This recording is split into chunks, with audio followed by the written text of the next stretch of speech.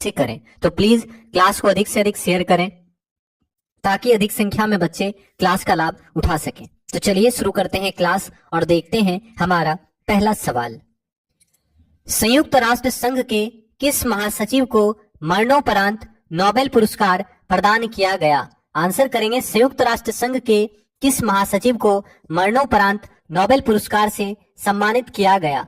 आप जानते हैं संयुक्त राष्ट्र संघ की स्थापना 24 अक्टूबर 1945 ईस्वी को की गई। याद रखिएगा, संयुक्त राष्ट्र संघ की स्थापना 24 अक्टूबर 1945 ईस्वी को हुई थी। और आपको पता है कि संयुक्त राष्ट्र संघ का 51वां संस्थापक देश कौन है? याद रखिएगा, संयुक्त राष्ट्र संघ का 51वां संस्थापक देश पोलैंड है। और अगर आपसे पूछे संयुक्त राष्ट्र संघ के वर्तमान में कितने सदस्य हैं, तो 193 सदस्य देश हैं। संयुक्त राष्ट्र संघ के वर्तमान में 193 सदस्य देश हैं। और इसका 193वां सदस्य देश कौन है?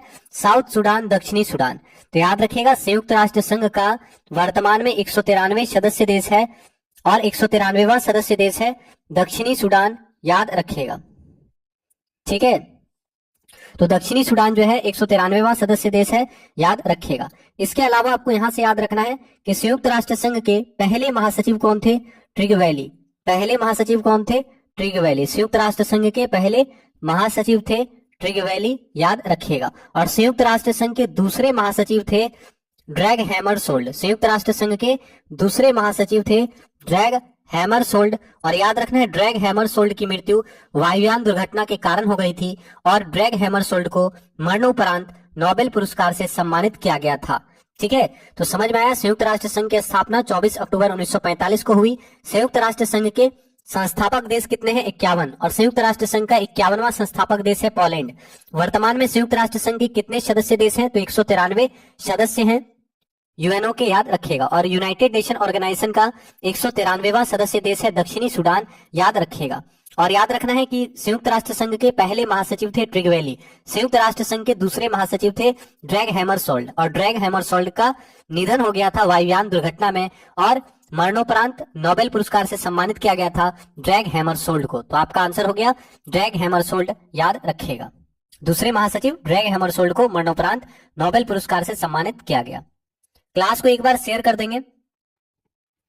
अगला सवाल, निम्न में से कौन सा एक शेष दूसरों से मेल नहीं खाता है?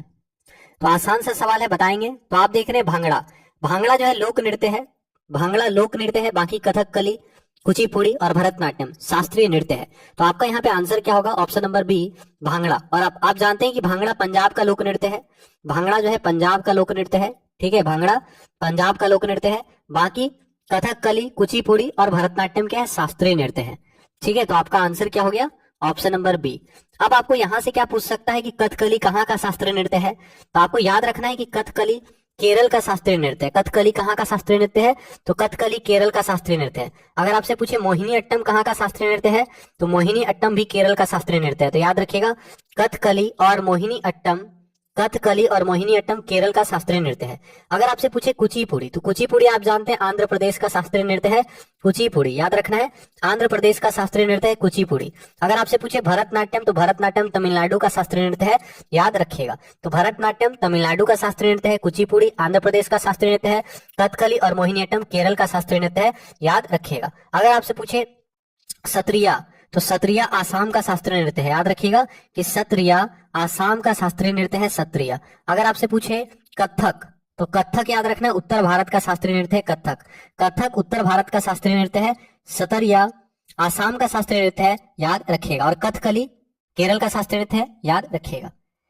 तो इस सवाल का आंसर क्या हो गया? ऑप्शन नंबर बी, भांगड़ा एक लोक नृत्य है और भांगड़ा पंजाब का लोक नृत्य है, याद रखिएगा।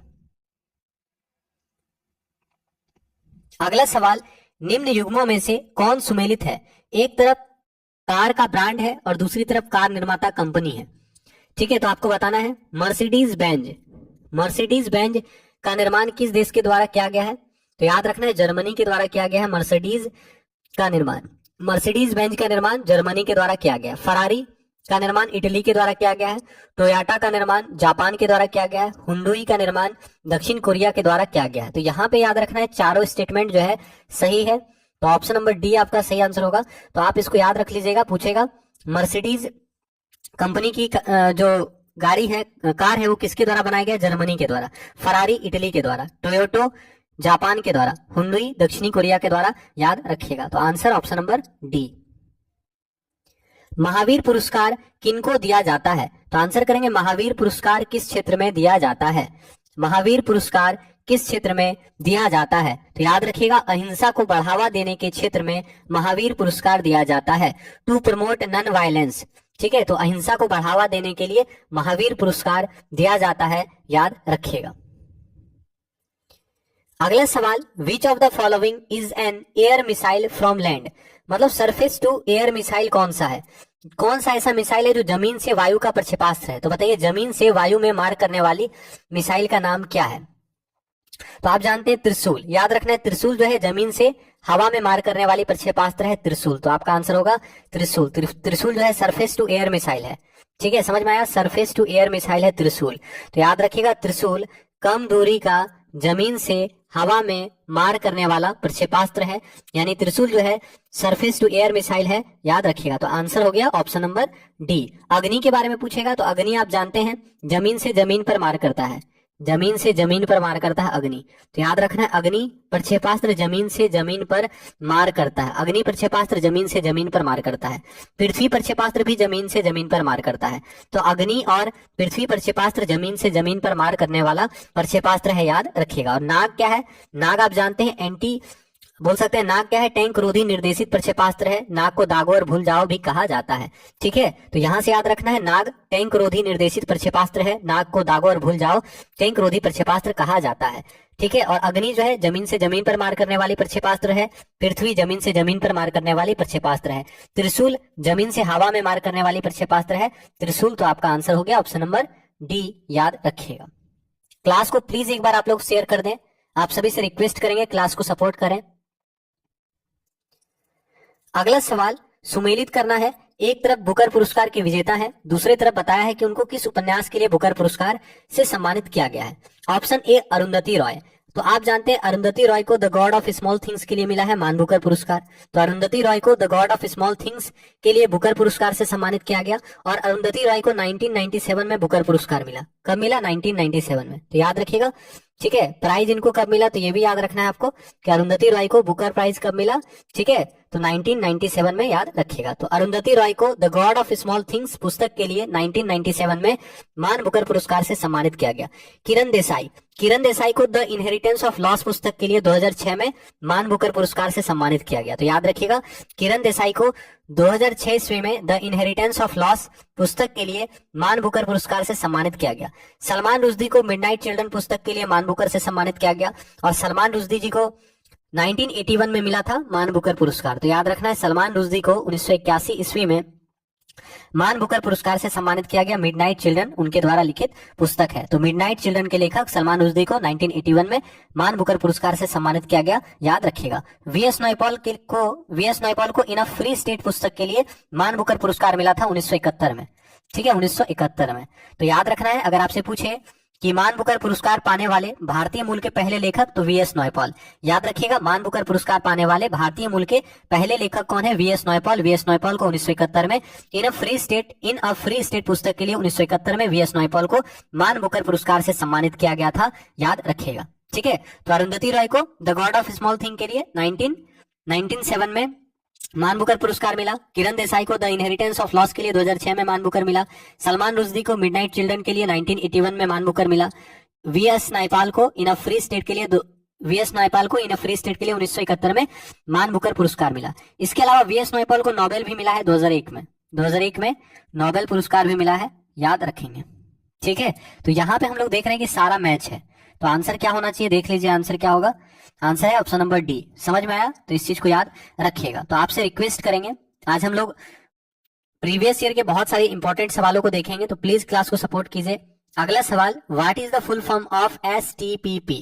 एसटीपीपी का फुल फॉर्म क्या है? एसटीपी का फुल फॉर्म क्या है? तो बताएं एसटीपीपी का फुल फॉर्म क्या है? तो एसटीपीपी का फुल फॉर्म है सुपर थर्मल पावर प्लांट। याद रखिएगा, एसटीपीपी का फुल फॉर्म क्या है? Super thermal power plant. तो आंसर हो गया सुपर थर्मल पावर प्लांट। याद रखिएगा, एसटीपीपी सुपर थर्मल पावर प्लांट। अगला सवाल, मपिंग पोंग किस खेल का अन्य नाम है? आंसर करेंगे, ठीक है। मपिंग पोंग या इसे पिंग पोंग भी बोल सकते हैं, ठीक है। तो पिंग पोंग किस खेल का अन्य नाम है? तो आप आंसर कीजिए, पिंग पोंग किस खेल का अन्य नाम है? तो यहां आपका आंसर होगा टेबल टेनिस, ठीक है। आप देख सकते हैं ना, चाइनीज नाम नहीं लग रहा है आपको। और टेबल टेनिस आप जानते हैं चीन का राष्ट्रीय खेल क्या है? Table tennis. तो थोड़ा सा अगर नहीं भी पता रहेगा तो आप आइडिया लगा सकते हैं, चीन का राष्ट्रीय खेल है टेबल टेनिस। याद रखिएगा, चीन का राष्ट्रीय खेल क्या है? Table tennis. चीन का राष्ट्रीय खेल है टेबल टेनिस, और नाम क्या है? पिंग पोंग या मपिंग पोंग, जो भी पढ़ना है आपको। तो ये याद रखना है, ये क्या है? टेबल टेनिस का ही दूसरा नाम है, ठीक है। समझ में आया? तो टेबल टेनिस चीन का राष्ट्रीय खेल है, टेबल टेनिस का ही अन्य नाम है पिंग पोंग, याद रखिएगा। अब यहां से इंपॉर्टेंट क्या बनेगा, जैसे आपसे पूछ सकता है किस खेल में कितने खिलाड़ी खेलते हैं? वाटर पोलो में कितना खिलाड़ी होता है? 7 प्लेयर। याद रखिएगा, वाटर पोलो में 7 खिलाड़ी खेलते हैं। रग्बी में बहुत ज्यादा प्लेयर खेलते हैं, कितना? रग्बी में बताइए, रग्बी फुटबॉल में 15 खिलाड़ी खेलते हैं, ठीक है। याद रखना है, रग्बी फुटबॉल में 15 खिलाड़ी खेलते हैं। रग्बी फुटबॉल में 15 खिलाड़ी खेलते हैं, वाटर पोलो में 7 खिलाड़ी खेलते हैं एक टीम से। टेबल टेनिस तो आप जान ही रहे हैं। बास्केटबॉल में आपसे पूछेगा कितने खिलाड़ी खेलते हैं बास्केटबॉल में, तो याद रखना 5 खिलाड़ी। बास्केटबॉल में एक टीम से 5 खिलाड़ी, ठीक है। तो ये भी आपको याद रखना है। तो पिंग पोंग टेबल टेनिस का दूसरा नाम है। वाटर पोलो में 7 खिलाड़ी, रग्बी फुटबॉल में 15 खिलाड़ी, बास्केटबॉल में 5 खिलाड़ी, याद रखिएगा। और यहाँ पे इंपॉर्टेंट क्या बनेगा, आपसे पूछ सकता है बेसबॉल। आप जानते हैं बेसबॉल अमेरिका का राष्ट्रीय खेल है, और बेसबॉल में 9 खिलाड़ी खेलते हैं। बेसबॉल अमेरिका का राष्ट्रीय खेल है, बेसबॉल में 9 खिलाड़ी खेलते हैं। पोलो में याद रखना है 4 खिलाड़ी खेलते हैं। पोलो में कितना खिलाड़ी होता है? 4 खिलाड़ी एक टीम से पोलो में खेलता है। खो खो, खो खो में कितने खिलाड़ी खेलते हैं? तो याद रखना है, खो खो में 9 खिलाड़ी खेलते हैं। कितने खिलाड़ी? 9 खिलाड़ी, ठीक है। तो बेसबॉल अमेरिका का राष्ट्रीय खेल है, बेसबॉल में एक टीम से 9 खिलाड़ी खेलते हैं, पोलो में 4 खिलाड़ी, खो खो में 9 खिलाड़ी, याद रखिएगा, ठीक है। चलिए, तो अगला सवाल देखते हैं। कबड्डी में याद रखना है 7 खिलाड़ी खेलते हैं, ठीक है। कबड्डी में एक टीम से 7 खिलाड़ी खेलते हैं, याद रखिएगा। और कबड्डी बांग्लादेश का राष्ट्रीय खेल है। कबड्डी बांग्लादेश का राष्ट्रीय खेल है, याद रखिएगा। किस राज्य में ईसाइयों की जनसंख्या अधिक है? तो आपको बताना है, which state has more population of Christians. किस राज्य में ईसाइयों की जनसंख्या सबसे अधिक है? तो यहाँ पे आपको याद रखना है केरल। केरल राज्य में ईसाइयों की जनसंख्या अधिक है। तो आपका आंसर क्या होगा? केरल राज्य में ईसाइयों की जनसंख्या सबसे अधिक है। तो आंसर हो गया ऑप्शन नंबर बी, ठीक है। अब यहाँ से इंपॉर्टेंट क्या क्या सवाल बनेगा केरल से, ठीक है। तो केरल से इंपॉर्टेंट क्या बनेगा, तो एक तो याद रखना है, केरल से आप जानते हैं भारत में सर्वाधिक लिंगानुपात वाला राज्य। सर्वाधिक लिंगानुपात वाला राज्य कौन है? केरल। सर्वाधिक लिंगानुपात वाला राज्य केरल, ठीक है। तो याद रखना है, जहां पर सर्वाधिक लिंगानुपात वाला राज्य है, ठीक है, वहीं पे ईसाई धर्म के लोग सबसे अधिक रहते हैं। तो सर्वाधिक लिंगानुपात वाला राज्य केरल, ठीक है। और कितना लिंगानुपात है? 1084। तो याद रखिएगा, सर्वाधिक लिंगानुपात वाला राज्य है केरल। तो पहला तो ये सवाल बन गया। दूसरा आपको याद रखना है, केरल की राजकीय भाषा क्या है? तो केरल का भाषा क्या है? मलयालम। याद रखिएगा, केरल की राजकीय भाषा क्या है? मलयालम। केरल की राजकीय भाषा मलयालम। और आप जानते हैं भारत में सबसे अधिक साक्षर राज्य कौन सा है? तो केरल। केरल जो है भारत में सबसे अधिक साक्षर राज्य है। इसके अलावा आप जानते हैं कितना साक्षरता है यहाँ? 94% साक्षरता है। तो केरल जो है भारत का सर्वाधिक साक्षर राज्य है, 94% भारत में। याद रखना है, केरल जो है 94% साक्षरता दर वाला राज्य है। तो भारत का सबसे अधिक साक्षर राज्य केरल, 94%, याद रखिएगा। अब यहाँ से सवाल क्या बनेगा, मंगलम परियोजना किस राज्य में है? तो याद रखना है, मंगलम परियोजना केरल में है। मंगलम परियोजना इंपॉर्टेंट है, याद रखना है, मंगलम परियोजना केरल। मंगलम परियोजना केरल। अगर आपसे पूछे सबरीमाला मंदिर कहाँ पे है? सबरीमाला मंदिर कहाँ पे है? सबरीमाला टेम्पल है केरल में। और सबरीमाला मंदिर में कौन सा त्योहार लगता है? तो मकर विलक्कू त्योहार। तो याद रखिएगा, मकर विलक्कू त्योहार। मकर विलक्कू त्योहार कहाँ लगता है? तो केरल में लगता है मकर विलक्कू फेस्टिवल, और ये सबरीमाला मंदिर पर लगता है, ठीक है। तो इसको भी आप अच्छे से लिख लीजिएगा, ठीक है। तो आपसे पूछेगा, फेस्टिवल का स्पेलिंग सही कर लीजिएगा, पूछेगा केरल, तो आपको याद रखना है केरल में मकर विलक्कू त्योहार मनाया जाता है। कहां पर? तो सबरीमाला मंदिर में। मोस्ट इंपॉर्टेंट सवाल है। इसके अलावा केरल में आपको याद रखना है, एक डैम है जो कि पूछा जाता है, ठीक है, मालमपुझा डैम। तो पूछेगा मालमपुझा डैम किस राज्य में है? तो याद रखिएगा, मालमपुझा डैम केरल में है। मालमपुझा डैम कहाँ है? केरल में है। देश का पहला डिजिटल राज्य कौन सा है? तो याद रखना है केरल। देश का पहला डिजिटल राज्य, देश का पहला डिजिटल राज्य, तो याद रखिएगा, देश का पहला डिजिटल राज्य है केरल। केरल जो है देश का पहला डिजिटल राज्य है। और केरल राज्य में क्या है? मालमपुझा डैम है, मालमपुझा बांध कहाँ पे है? केरल में है, याद रखिएगा। अगर आपसे पूछे रबड़ का सर्वाधिक उत्पादन कहाँ होता है? केरल में, याद रखना। रबड़ का सर्वाधिक उत्पादन कहाँ होता है? केरल में। रबड़ का सर्वाधिक उत्पादन करने वाला राज्य कौन सा है?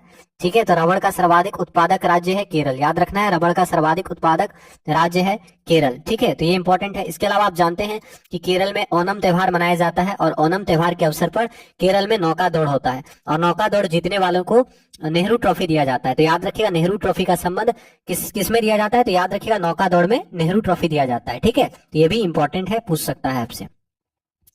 तो याद रखना है कि किस राज्य में ईसाइयों की जनसंख्या सर्वाधिक है? तो केरल आपका आंसर होगा। अगला सवाल, where is the headquarters of the Commonwealth? Commonwealth का मुख्यालय कहाँ है? आपको बताना है कॉमनवेल्थ का मुख्यालय कहाँ है। तो आप जानते हैं कि कॉमनवेल्थ का मुख्यालय जो है लंदन में है, तो आंसर क्या होगा? कॉमनवेल्थ का मुख्यालय कहाँ है? लंदन में, याद रखेंगे, ठीक है। इन्फोसिस पुरस्कार कितने क्षेत्रों में दिया जाता है? Infosys award is given in how many areas या फील्ड्स? तो याद रखना इन्फोसिस पुरस्कार कितने क्षेत्रों में दिया जाता है? तो बता दीजिए अगर पता है तो। इन्फोसिस पुरस्कार 6 क्षेत्रों में दिया जाता है। अब इसको याद करने का एक ही तरीका है, आप जानते हैं कि नोबेल पुरस्कार भी वर्तमान में 6 क्षेत्रों में दिया जाता है, ठीक है। शुरू में नोबेल पुरस्कार 5 क्षेत्र में दिया जाता था, लेकिन इकोनॉमिक्स का नोबेल पुरस्कार 1969 में पहली बार दिया गया और अब जो है नोबेल पुरस्कार 6 क्षेत्रों में दिया जाता है। तो पूछेगा इकोनॉमिक्स का नोबेल पुरस्कार पहली बार कब दिया गया? 1969 से।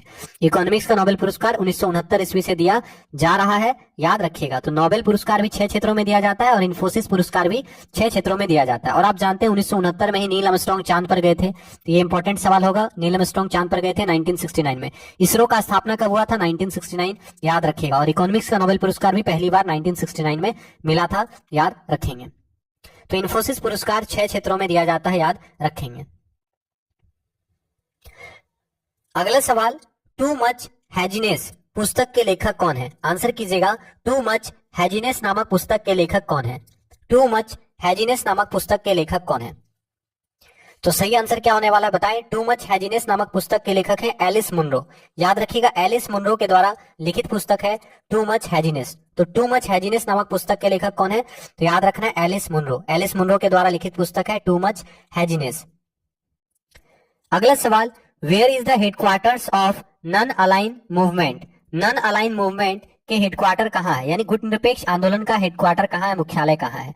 तो बताएं गुटनिरपेक्ष आंदोलन का मुख्यालय कहाँ है? तो आप जानते हैं गुटनिरपेक्ष आंदोलन का हेडक्वार्टर जरकाता में है, तो आपका आंसर हो गया जरकाता। तो याद रखिएगा नॉन अलाइन मूवमेंट का हेडक्वार्टर जरकाता में है, तो ऑप्शन सी, गुटनिरपेक्ष आंदोलन का मुख्यालय जरकाता में है, ऑप्शन सी याद रखिएगा। निम्नलिखित में यूरोपीय संघ का वह कौन सा देश है जिसने एकल मुद्रा यूरो को स्वीकार नहीं किया है? तो आपको बताना है कौन सा ऐसा यूरोपियन यूनियन का सदस्य देश है, ठीक है, जिसने यूरो को स्वीकार नहीं किया है। तो आप बताइए निम्नलिखित में से यूरोपीय संघ का कौन सा देश है जिसने एकल मुद्रा यूरो को स्वीकार नहीं किया है? अगर आपसे यूरोपियन यूनियन के बारे में पूछेगा तो आप जानते हैं यूरोपीय संघ का हेडक्वार्टर कहाँ पे है? Belgium, Brussels. तो याद रखना यूरोपियन यूनियन का हेडक्वार्टर बेल्जियम, ब्रुसेल्स। तो याद रखना है ब्रुसेल्स में है। तो ये अगर आपसे पूछे यूरोपियन यूनियन का हेडक्वार्टर कहाँ पे है, तो याद रखना है बेल्जियम, ब्रुसेल्स, ठीक है। यूरोपियन यूनियन का हेडक्वार्टर कहाँ पे है? बेल्जियम, ब्रुसेल्स में यूरोपियन यूनियन का हेडक्वार्टर है, याद रखिएगा, ठीक है। और आपको पता होगा यहाँ इसका आंसर क्या होगा, तो बताइए। याद रखना है यूरोपियन यूनियन का हेडक्वार्टर कहाँ पे है? बेल्जियम, ब्रुसेल्स में है। और यहाँ पे आपका आंसर होगा स्वीडन। स्वीडन जो है यूरोपियन यूनियन का देश है जिसने एकल मुद्रा यूरो को स्वीकार नहीं किया है। तो आपका आंसर हो गया ऑप्शन नंबर डी, स्वीडन, ठीक है। आंसर हो गया option D. Consider the following statements, निम्नलिखित कथनों पर विचार करें। आपको 2 स्टेटमेंट दिया है और आपको बताना है कौन सा स्टेटमेंट सही है, ठीक है। देखिए यहां लिखा है कौन सा स्टेटमेंट सही है। जैव विविधता हॉट स्पॉट केवल उष्णकटिबंधीय क्षेत्रों में स्थित है। ऑप्शन बी, भारत में पूर्वी हिमालय, पश्चिमी घाट, इंडो बर्मा एवं सुंडलैंड हॉट स्पॉट वाले क्षेत्र हैं। तो अब कौन सा स्टेटमेंट यहाँ पे सही है ये आपको बताना है, ठीक है। तो यहाँ पे याद रखना है दोनों स्टेटमेंट सही है, ठीक है। जैव विविधता हॉट स्पॉट वाले जो क्षेत्र होते हैं, जैव विविधता हॉट स्पॉट क्षेत्र जो होते हैं वो केवल उष्णकटिबंधीय प्रदेशों में पाए जाते हैं। दूसरा याद रखना है भारत में पूर्वी हिमालय, पश्चिमी घाट, इंडो बर्मा, ठीक है, और सुंडलैंड ये जो है हॉट स्पॉट के अंतर्गत आते हैं। तो आपका आंसर हो गया, दोनों स्टेटमेंट जो है सही है। तो ऑप्शन नंबर सी जो होगा आपका सही आंसर होगा, ठीक है। अगला सवाल, विश्व एड्स दिवस कब मनाया जाता है? तो आपको आंसर करना है विश्व एड्स दिवस कब मनाया जाता है। तो आप जानते हैं 1 दिसंबर को विश्व एड्स दिवस मनाया जाता है, तो आंसर हो गया 1 दिसंबर को विश्व एड्स दिवस मनाया जाता है, याद रखिएगा। अगर आपसे पूछा 1 दिसंबर को एड्स दिवस, लेकिन अगर पूछे 16 दिसंबर, तो याद रखना है 16 दिसंबर को विजय दिवस मनाया जाता है। ठीक है, ये इंपॉर्टेंट सवाल है।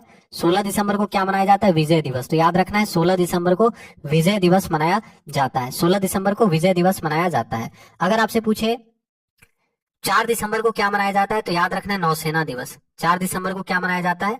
नौसेना दिवस। तो नौसेना दिवस कब मनाया जाता है? तो नौसेना दिवस मनाया जाता है 4 दिसंबर को। अगर आपसे पूछे वायुसेना दिवस कब मनाया जाता है, बताएंगे वायुसेना दिवस कब मनाया जाता है? वायुसेना दिवस, तो याद रखना है 8 अक्टूबर को मनाया जाता है वायुसेना दिवस। 8 अक्टूबर को मनाया जाता है वायुसेना दिवस। ठीक है, अगर आपसे पूछे थल सेना दिवस कब मनाया जाता है? थल सेना दिवस, तो थल सेना दिवस याद रखना है कब? जनवरी में मनाया जाता है। कितना जनवरी? 15 जनवरी। तो 15 जनवरी को थल सेना दिवस मनाया जाता है, याद रखिएगा 15 जनवरी को थल सेना दिवस, 8 अक्टूबर को वायुसेना दिवस और 4 दिसंबर को नौसेना दिवस मनाया जाता है। ठीक है, अगर आपसे पूछे अंतर्राष्ट्रीय मानवाधिकार दिवस, तो आप जानते हैं 10 दिसंबर को अंतर्राष्ट्रीय मानवाधिकार दिवस मनाया जाता है। 10 दिसंबर को अंतर्राष्ट्रीय मानवाधिकार दिवस मनाया जाता है। ठीक है, इंपॉर्टेंट है। अगर आपसे पूछे राष्ट्रीय ऊर्जा संरक्षण दिवस, तो बताइए राष्ट्रीय ऊर्जा संरक्षण दिवस कब मनाया जाता है? राष्ट्रीय ऊर्जा संरक्षण दिवस कब मनाया जाता है? तो याद रखना है कि राष्ट्रीय ऊर्जा संरक्षण दिवस 14 दिसंबर को मनाया जाता है। राष्ट्रीय ऊर्जा संरक्षण दिवस 14 दिसंबर को मनाया जाता है। इंपॉर्टेंट है, राष्ट्रीय ऊर्जा संरक्षण दिवस 14 दिसंबर को मनाया जाता है। गोवा मुक्ति दिवस कब मनाया जाता है? गोवा मुक्ति दिवस बताएंगे, गोवा मुक्ति दिवस कब मनाया जाता है? तो याद रखिएगा गोवा मुक्ति दिवस 19 दिसंबर को मनाया जाता है। गोवा 19 दिसंबर 1961 को पुर्तगालियों से आजाद हुआ था। तो अगर आपसे पूछेगा गोवा मुक्ति दिवस कब मनाया जाता है? 19 दिसंबर को। गोवा आजाद कब हुआ? तो गोवा 19 दिसंबर 1961 को पुर्तगालियों से आजाद हुआ था। ऑपरेशन विजय चलाया गया था तभी। ठीक है, तो पूछेगा गोवा को आजाद किया गया किस ऑपरेशन के जरिए? ऑपरेशन विजय के जरिए। ठीक है, तो ये भी इंपॉर्टेंट सवाल बनेगा। तो याद रखना है गोवा मुक्ति दिवस मनाया जाता है 19 दिसंबर को। गोवा जो है 19 दिसंबर 1961 को पुर्तगालियों से आजाद हुआ था। ऑपरेशन विजय चलाया गया था 19 दिसंबर 1961 को, याद रखेंगे। किसान दिवस आप जानते हैं, किसान दिवस 23 दिसंबर को किसान दिवस मनाया जाता है चौधरी चरण सिंह जी को याद करते हुए। ठीक है, तो 23 दिसंबर को क्या मनाया जाता है? किसान दिवस, याद रखना है 23 दिसंबर को किसान दिवस मनाया जाता है। 23 दिसंबर किसान दिवस, चौधरी चरण सिंह जी की जयंती। और राष्ट्रीय उपभोक्ता दिवस मनाया जाता है 24 दिसंबर को। तो याद रखना है राष्ट्रीय उपभोक्ता दिवस कब मनाया जाता है? तो 24 दिसंबर को राष्ट्रीय उपभोक्ता दिवस मनाया जाता है। 24 दिसंबर राष्ट्रीय उपभोक्ता दिवस याद रखिएगा। ठीक है, तो विश्व एड्स दिवस 1 दिसंबर को विश्व एड्स दिवस मनाया जाता है। ठीक है, बाकी यहाँ पे इंपॉर्टेंट 8 मार्च, 8 मार्च सभी को याद होगा।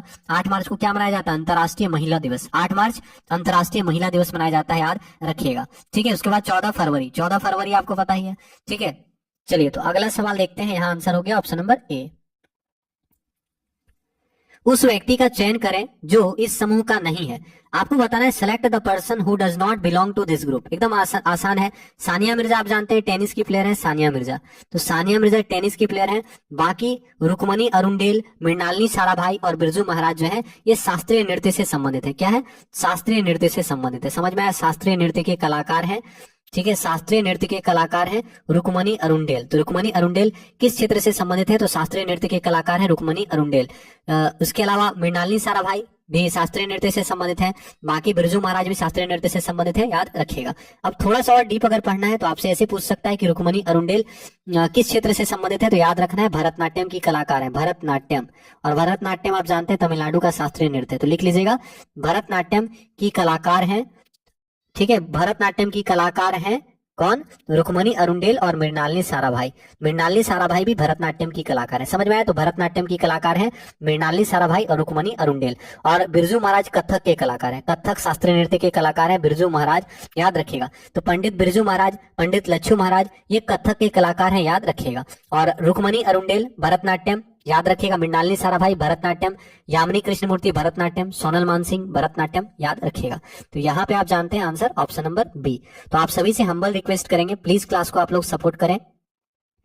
अगला सवाल, निम्नलिखित में से कौन सी महिला एथलीट स्क्वैश खिलाड़ी नहीं है? आपको बताना इनमें से कौन सा ऐसा प्लेयर है जो स्क्वैश का खिलाड़ी नहीं है। तो एकदम आसान है और आप बहुत बार पढ़े भी होंगे। कोनेरू हम्पी, कोनेरू हम्पी शतरंज के प्लेयर है ना? तो कोनेरू हम्पी शतरंज के प्लेयर है। तो आपका आंसर क्या होगा? Option number C, Koneru Humpy शतरंज के प्लेयर है, याद रखना है कोनेरू हम्पी शतरंज के प्लेयर हैं। बाकी तीनों जो है महिला एथलीट जो है स्क्वैश की खिलाड़ी हैं, तो ये भी आपको याद रखना है।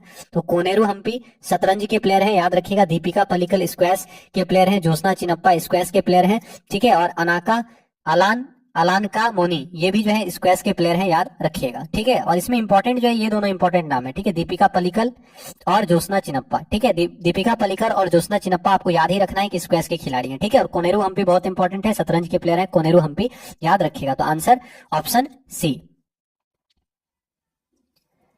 निम्न में से कौन से स्वतंत्रता सेनानी ने जेल की दीवारों पर कमला लिखा था? तो आपको बताना है कौन से ऐसे स्वतंत्रता सेनानी हैं जिन्होंने जेल की दीवारों पर कमला लिखा था। तो आप जानते हैं वीडी सावरकर, वीडी सावरकर जी ने जेल की दीवारों पर कमला लिखा था। और वीडी सावरकर ने कौन सी पुस्तक की रचना की? अभिनव भारत। तो अगर आपसे पूछे अभिनव भारत संस्था किसके द्वारा स्थापित किया गया था? अभिनव भारत संस्था, तो याद रखना अभिनव भारत, अभिनव भारत संस्था, ठीक है, लिख लीजिएगा अभिनव भारत संस्था, अभिनव भारत संस्था।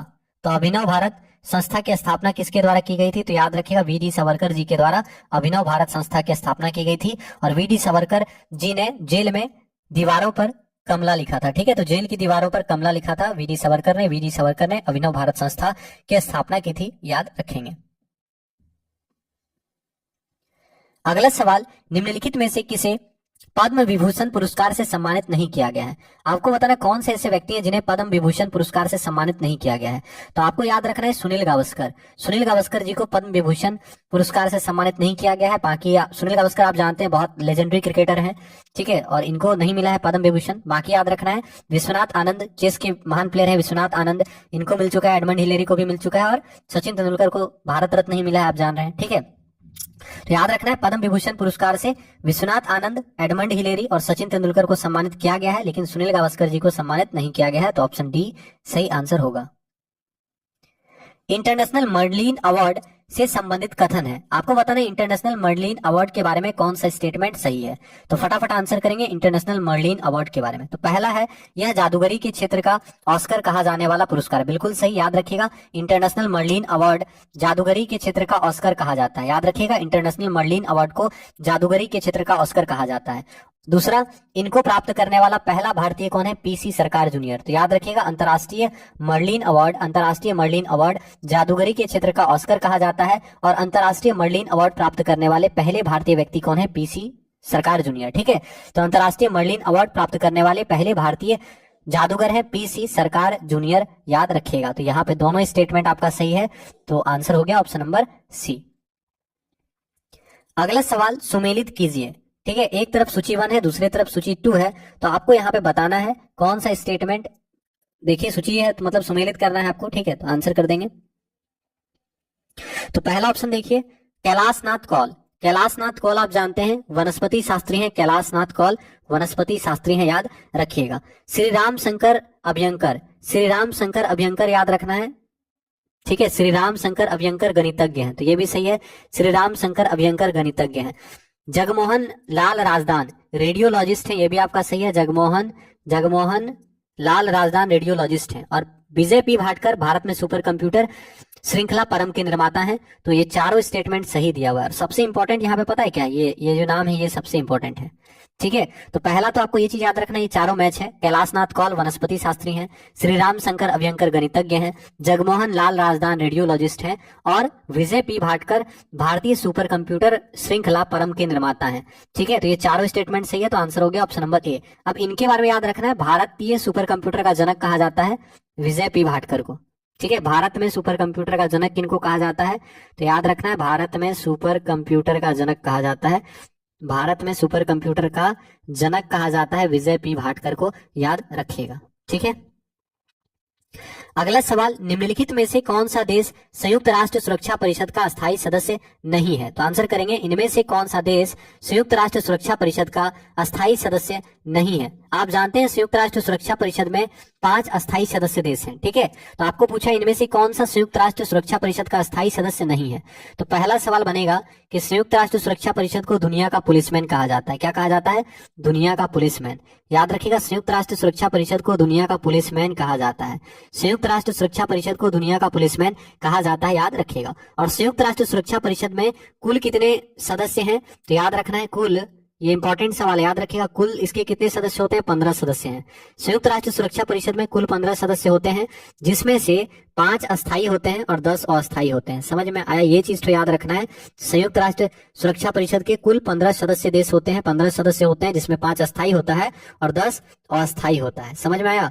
5 अस्थायी और 10 अस्थायी सदस्य होता है संयुक्त राष्ट्र सुरक्षा परिषद में। ठीक है, तो संयुक्त राष्ट्र सुरक्षा परिषद को दुनिया का पुलिसमैन कहा जाता है। इसमें कुल 15 सदस्य होते हैं, जिसमें 5 अस्थायी सदस्य और 10 अस्थायी सदस्य हैं।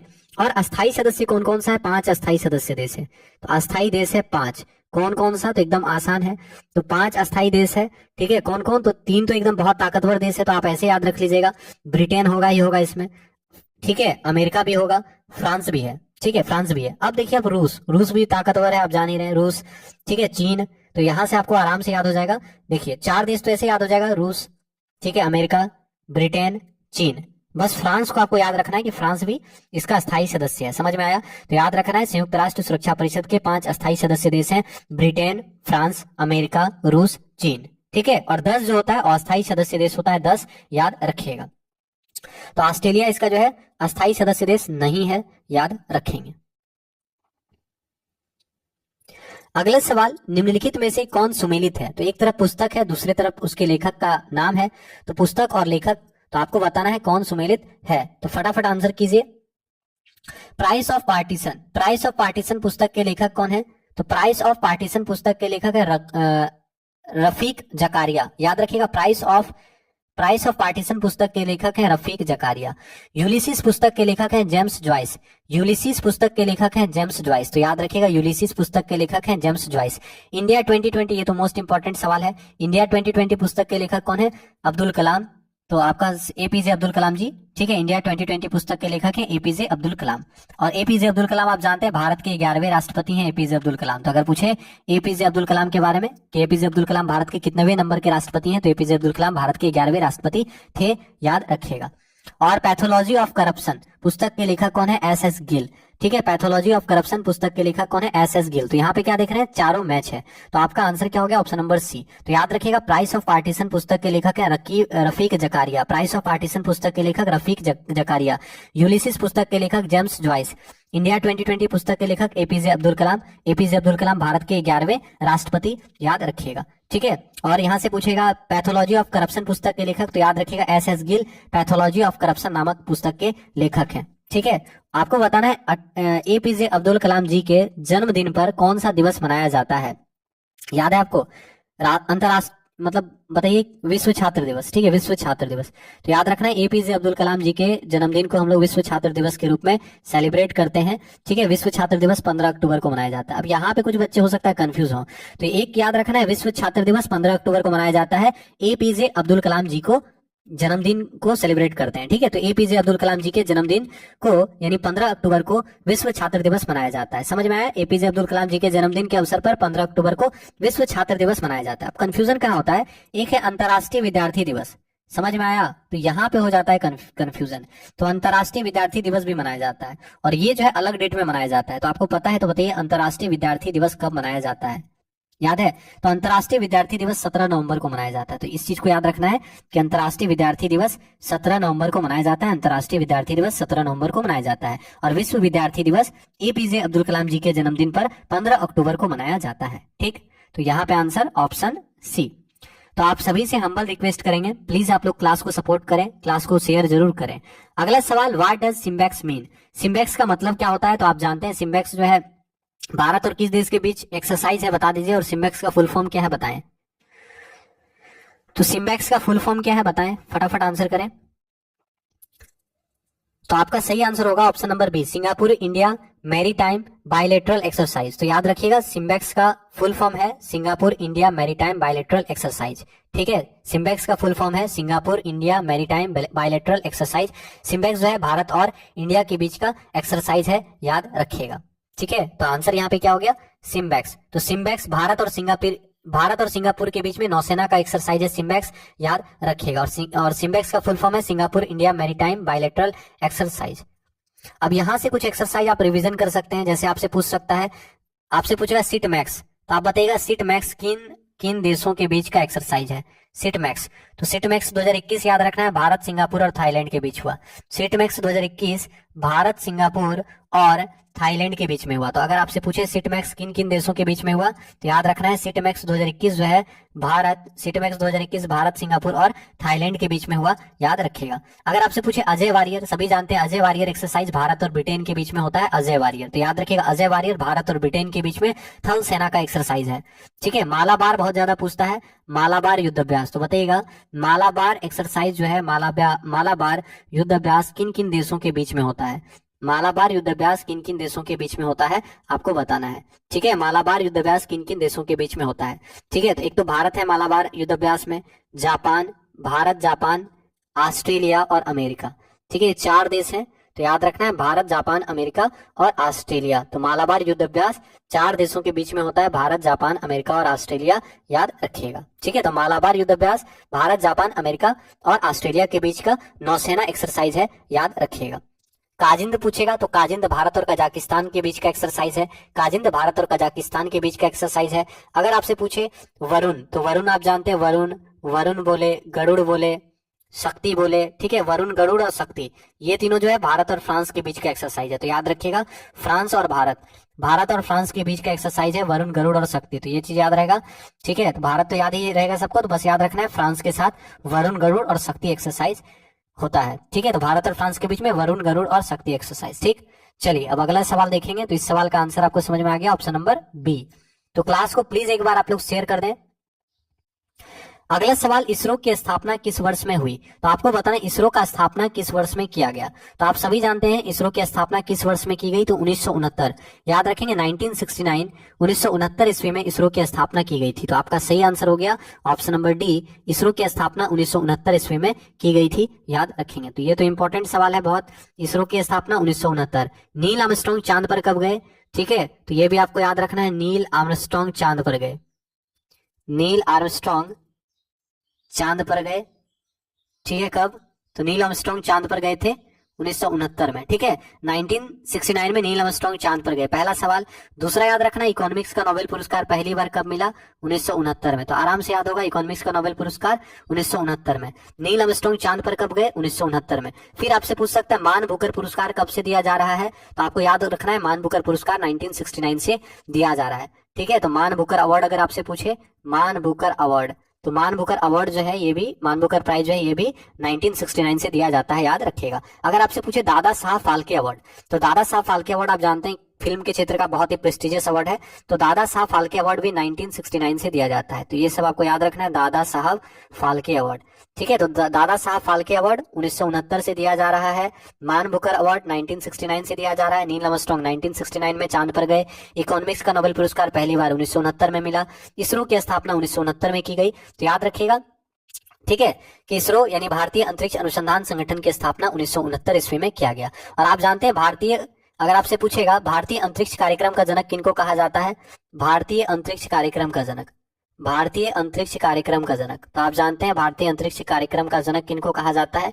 बता दीजिए, भारतीय अंतरिक्ष कार्यक्रम का जनक किनको कहा जाता है? तो विक्रम साराभाई, डॉक्टर विक्रम साराभाई को क्या कहा जाता है?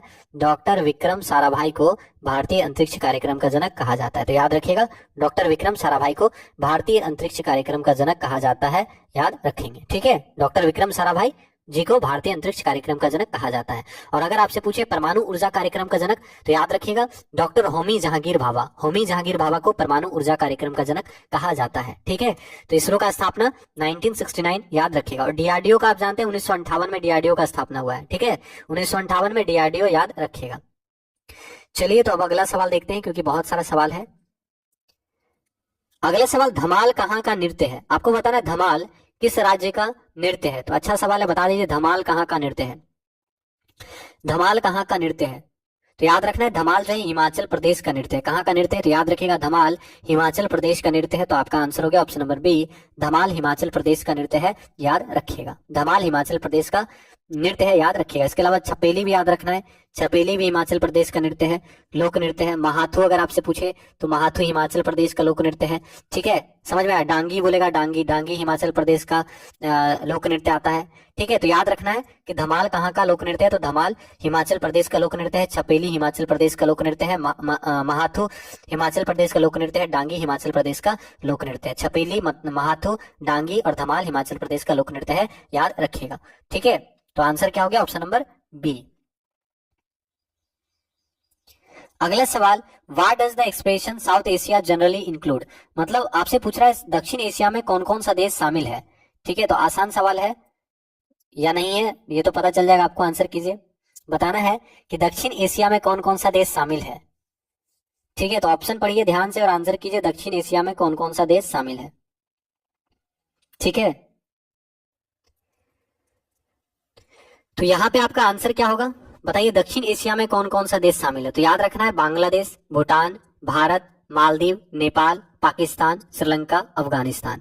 तो आपका आंसर क्या हो गया, ऑप्शन नंबर ए। तो याद रखना ऑप्शन नंबर ए जो है ये आपका सही आंसर होगा। तो साउथ एशिया में कौन कौन से देश शामिल है, ठीक है। तो याद रखना है बांग्लादेश, भारत, भूटान, मालदीव, नेपाल, पाकिस्तान, श्रीलंका और अफगानिस्तान। तो आंसर क्या हो गया, ऑप्शन नंबर ए, याद रखिएगा, ठीक है। समझ में आया। तो क्लास को प्लीज एक बार आप लोग शेयर कर दीजिए।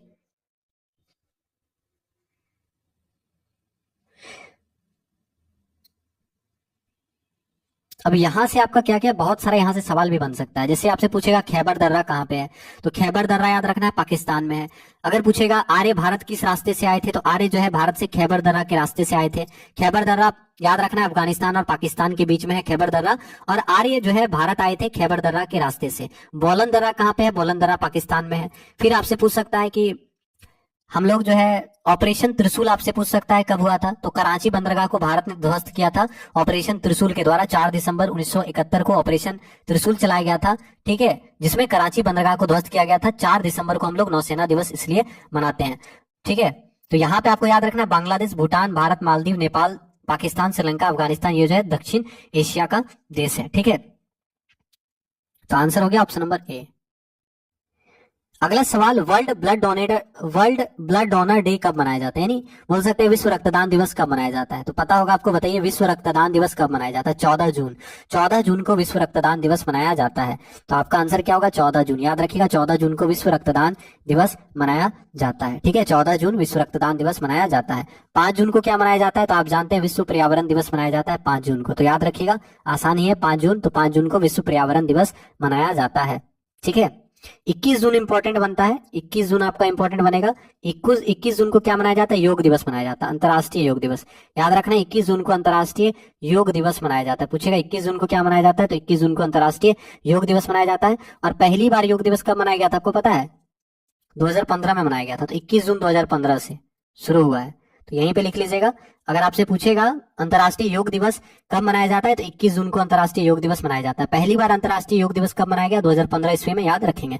और वर्ल्ड ब्लड डोनर डे कब मनाया जाता है, 14 जून को, याद रखिएगा विश्व रक्तदान दिवस 14 जून को मनाया जाता है। Answer option number C. Ghats of Banaras पुस्तक के लेखक कौन है, बताइएगा घाट्स ऑफ बनारस पुस्तक के लेखक कौन है। तो याद रखना है घाट्स ऑफ बनारस पुस्तक के लेखक है डॉक्टर सच्चिदानंद। डॉक्टर सच्चिदानंद जी के द्वारा लिखित पुस्तक है घाट्स ऑफ बनारस, याद रखेंगे। Answer option number D. Joshi Mettur परियोजना किस नदी पर है, तो आंसर करेंगे जोशी मेटूर परियोजना किस नदी पर है। तो थोड़ा जल्दी देख रहे हैं क्योंकि और भी सवाल बचा है, तो आपको बताना है क्योंकि बहुत सारे बच्चे डिमांड कर रहे हैं कि सर ज्यादा क्वेश्चन बताइए, ठीक है। तो बताइए आंसर कीजिए, जोशी मेटूर परियोजना किस नदी पर है। तो आपका आंसर क्या होने वाला है, याद रखना है जोशी मेटूर परियोजना कावेरी नदी के ऊपर है। जोशी मेटूर परियोजना कावेरी नदी के ऊपर है, याद रखिएगा। इसके अलावा आप जानते हैं कावेरी नदी के ऊपर और कौन कौन सा परियोजना है, मैटूर परियोजना अगर आपसे पूछेगा, या मैटूर बांध पूछेगा, तो याद रखना है मैटूर बांध जो है कावेरी नदी के ऊपर है। तो याद रखना है मैटूर बांध कावेरी नदी के ऊपर है, मैटूर बांध। अगर आपसे पूछे शिव समुद्रम परियोजना या शिव समुद्रम जलप्रपात किस नदी पर है, शिव समुद्रम जलप्रपात, ठीक है। शिव समुद्रम परियोजना या शिव समुद्रम जलप्रपात किस नदी पर है, तो कावेरी नदी के ऊपर है, ठीक है। तो ये बहुत ही इंपॉर्टेंट सवाल है, तो याद रखिएगा जोशी मेटूर परियोजना कावेरी नदी, मेटूर बांध कावेरी नदी, शिव समुद्रम परियोजना कावेरी नदी, याद रखिएगा। तो आंसर हो गया ऑप्शन नंबर सी। अगला सवाल, WWW के आविष्कारक तथा संस्थापक हैं, तो आप जानते हैं टिम बर्नर्स-ली। WWW के संस्थापक कौन है? टिम बर्नर्स-ली, याद रखिएगा। अगला सवाल, निम्नलिखित में से कौन सा जोड़ा सही नहीं है? आपको बताना इनमें से कौन सा जोड़ा सही नहीं है। ऑप्शन ए में देखिए लिखा है आमुक्त माल्याद। पुस्तक के लेखक कौन है? कृष्णदेव राय। कृष्णदेव राय जी के द्वारा लिखित पुस्तक है, ये तो बिल्कुल सही है, कृष्णदेव राय जी के द्वारा लिखित पुस्तक है आमुक्त माल्याद, सही है। ऑप्शन बी देखिए हर्षवर्धन। हर्षवर्धन जी के द्वारा नागानंद नामक ग्रंथ की रचना की गई है, ये भी सही है। ऑप्शन नंबर सी कालिदास जी। कालिदास जी के द्वारा ऋतु संहार नामक ग्रंथ की रचना की गई है, तो ये भी आपका सही आंसर है। ठीक है, और अगला देखिए आप विशाख दत्त, तो यहीं पे आपका गलत है, क्योंकि आप जानते हैं विशाख दत्त जी के द्वारा कौन सा पुस्तक लिखा गया है? मुद्रा राक्षस। ठीक है, तो ये आपका गलत है, इसको आप काटिए यहाँ पे। तो याद रखना आंसर क्या होगा? Option number D. तो विशाख दत्त के द्वारा मुद्रा राक्षस, तो याद रखना है मुद्रा राक्षस। मुद्रा राक्षस के लेखक कौन है? विशाख दत्त। याद रखिएगा मुद्रा राक्षस के लेखक कौन है? विशाख दत्त। आमुक्त माल्याद पुस्तक के लेखक कौन है? कृष्णदेव राय। आमुक्त माल्याद ग्रंथ के लेखक कौन है? कृष्णदेव राय। नागानंद ग्रंथ के लेखक कौन है? हर्षवर्धन। हर्षवर्धन भी महान राजा थे, कृष्णदेव राय भी महान राजा थे, और कालिदास जी को तो आप सब जानते हैं कि महान लेखक, महान कवि थे कालिदास जी। ठीक है, और विशाख दत्त ने मुद्रा राक्षस ग्रंथ की रचना की थी, याद रखिएगा। अब यहाँ पे एक इंपॉर्टेंट है किरीता जूनियम। किरीता जूनियम के लेखक कौन थे आपको बताना है। ठीक है, तो याद रखना है महाकवि भारवी, ये भी बहुत महान कवि थे, महाकवि भारवी। तो महाकवि भारवी के द्वारा, ये इंपॉर्टेंट सवाल है, इनको आप नोट कीजिएगा। महाकवि भारवी, महाकवि भारवी के द्वारा किरीता जूनियम ग्रंथ की रचना की गई थी। समझ में आया? तो किरीता जूनियम ग्रंथ की रचना महाकवि भारवी के द्वारा की गई थी, तो आपका आंसर होगा ऑप्शन नंबर डी, ये गलत लिखा है। ठीक है, मुद्रा राक्षस की रचना विशाख दत्त के द्वारा और किरीता जूनियम की रचना महाकवि भारवी के द्वारा की गई थी, याद रखेंगे। तो क्लास को प्लीज एक बार लाइक कर दीजिए, और शेयर नहीं किए तो प्लीज क्लास को शेयर कर दें। भारतीय ज्ञानपीठ पुरस्कार से सम्मानित पहले व्यक्ति हैं, तो आप जानते हैं ज्ञानपीठ पुरस्कार से सम्मानित पहले व्यक्ति कौन है? तो आप जानते हैं जी शंकर कुरूप, गोविंद शंकर कुरूप। तो याद रखिएगा ज्ञानपीठ पुरस्कार की शुरुआत 1965 ईस्वी में हुई। ज्ञानपीठ पुरस्कार की शुरुआत कब हुआ? तो याद रखिएगा ज्ञानपीठ पुरस्कार 1965 ईस्वी से दिया जा रहा है। ठीक है, ज्ञानपीठ पुरस्कार 1965 ईस्वी में शुरू हुआ, और ज्ञानपीठ अवार्ड आप जानते हैं भारत में साहित्य का सबसे बड़ा पुरस्कार है।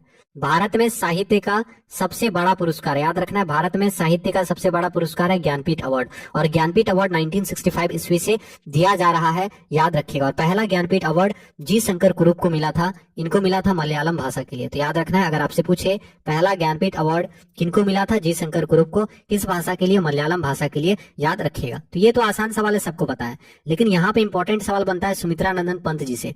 तो आपसे पूछेगा हिंदी भाषा का पहला ज्ञानपीठ अवार्ड किनको मिला? ठीक है, तो आपका आंसर अलग हो जाएगा, हिंदी भाषा का पहला ज्ञानपीठ। समझ में आया? क्योंकि इनको तो मलयालम भाषा के लिए मिला ना, इनको मलयालम भाषा के लिए मिला। ठीक है, मलयालम भाषा के लिए। तो अगर आपसे पूछेगा पहला ज्ञानपीठ अवार्ड किनको मिला, तो याद रखना है पहला ज्ञानपीठ अवार्ड मिला था जी शंकर कुरूप को, और मलयालम भाषा के लिए मिला था। लेकिन अगर आपसे पूछे हिंदी भाषा का पहला ज्ञानपीठ, तो आप लिखिएगा अच्छे से, हिंदी भाषा का पहला ज्ञानपीठ मिला था सुमित्रा नंदन पंत जी को। ठीक है, इनको मिला था हिंदी भाषा का पहला ज्ञानपीठ, और इनकी द्वारा रचना कौन सी थी? चिदम्बरा। तो चिदम्बरा रचना के लिए, तो याद रखना है चिदम्बरा रचना के लिए हिंदी भाषा का पहला ज्ञानपीठ अवार्ड सुमित्रा नंदन पंत जी को मिला था। सुमित्रा नंदन पंत जी को 1968 में ज्ञानपीठ अवार्ड मिला। इनको किस साल मिला? 1968 में। समझ में आया? इनको 1968 में ज्ञानपीठ अवार्ड मिला, सुमित्रा नंदन पंत को, याद रखेंगे।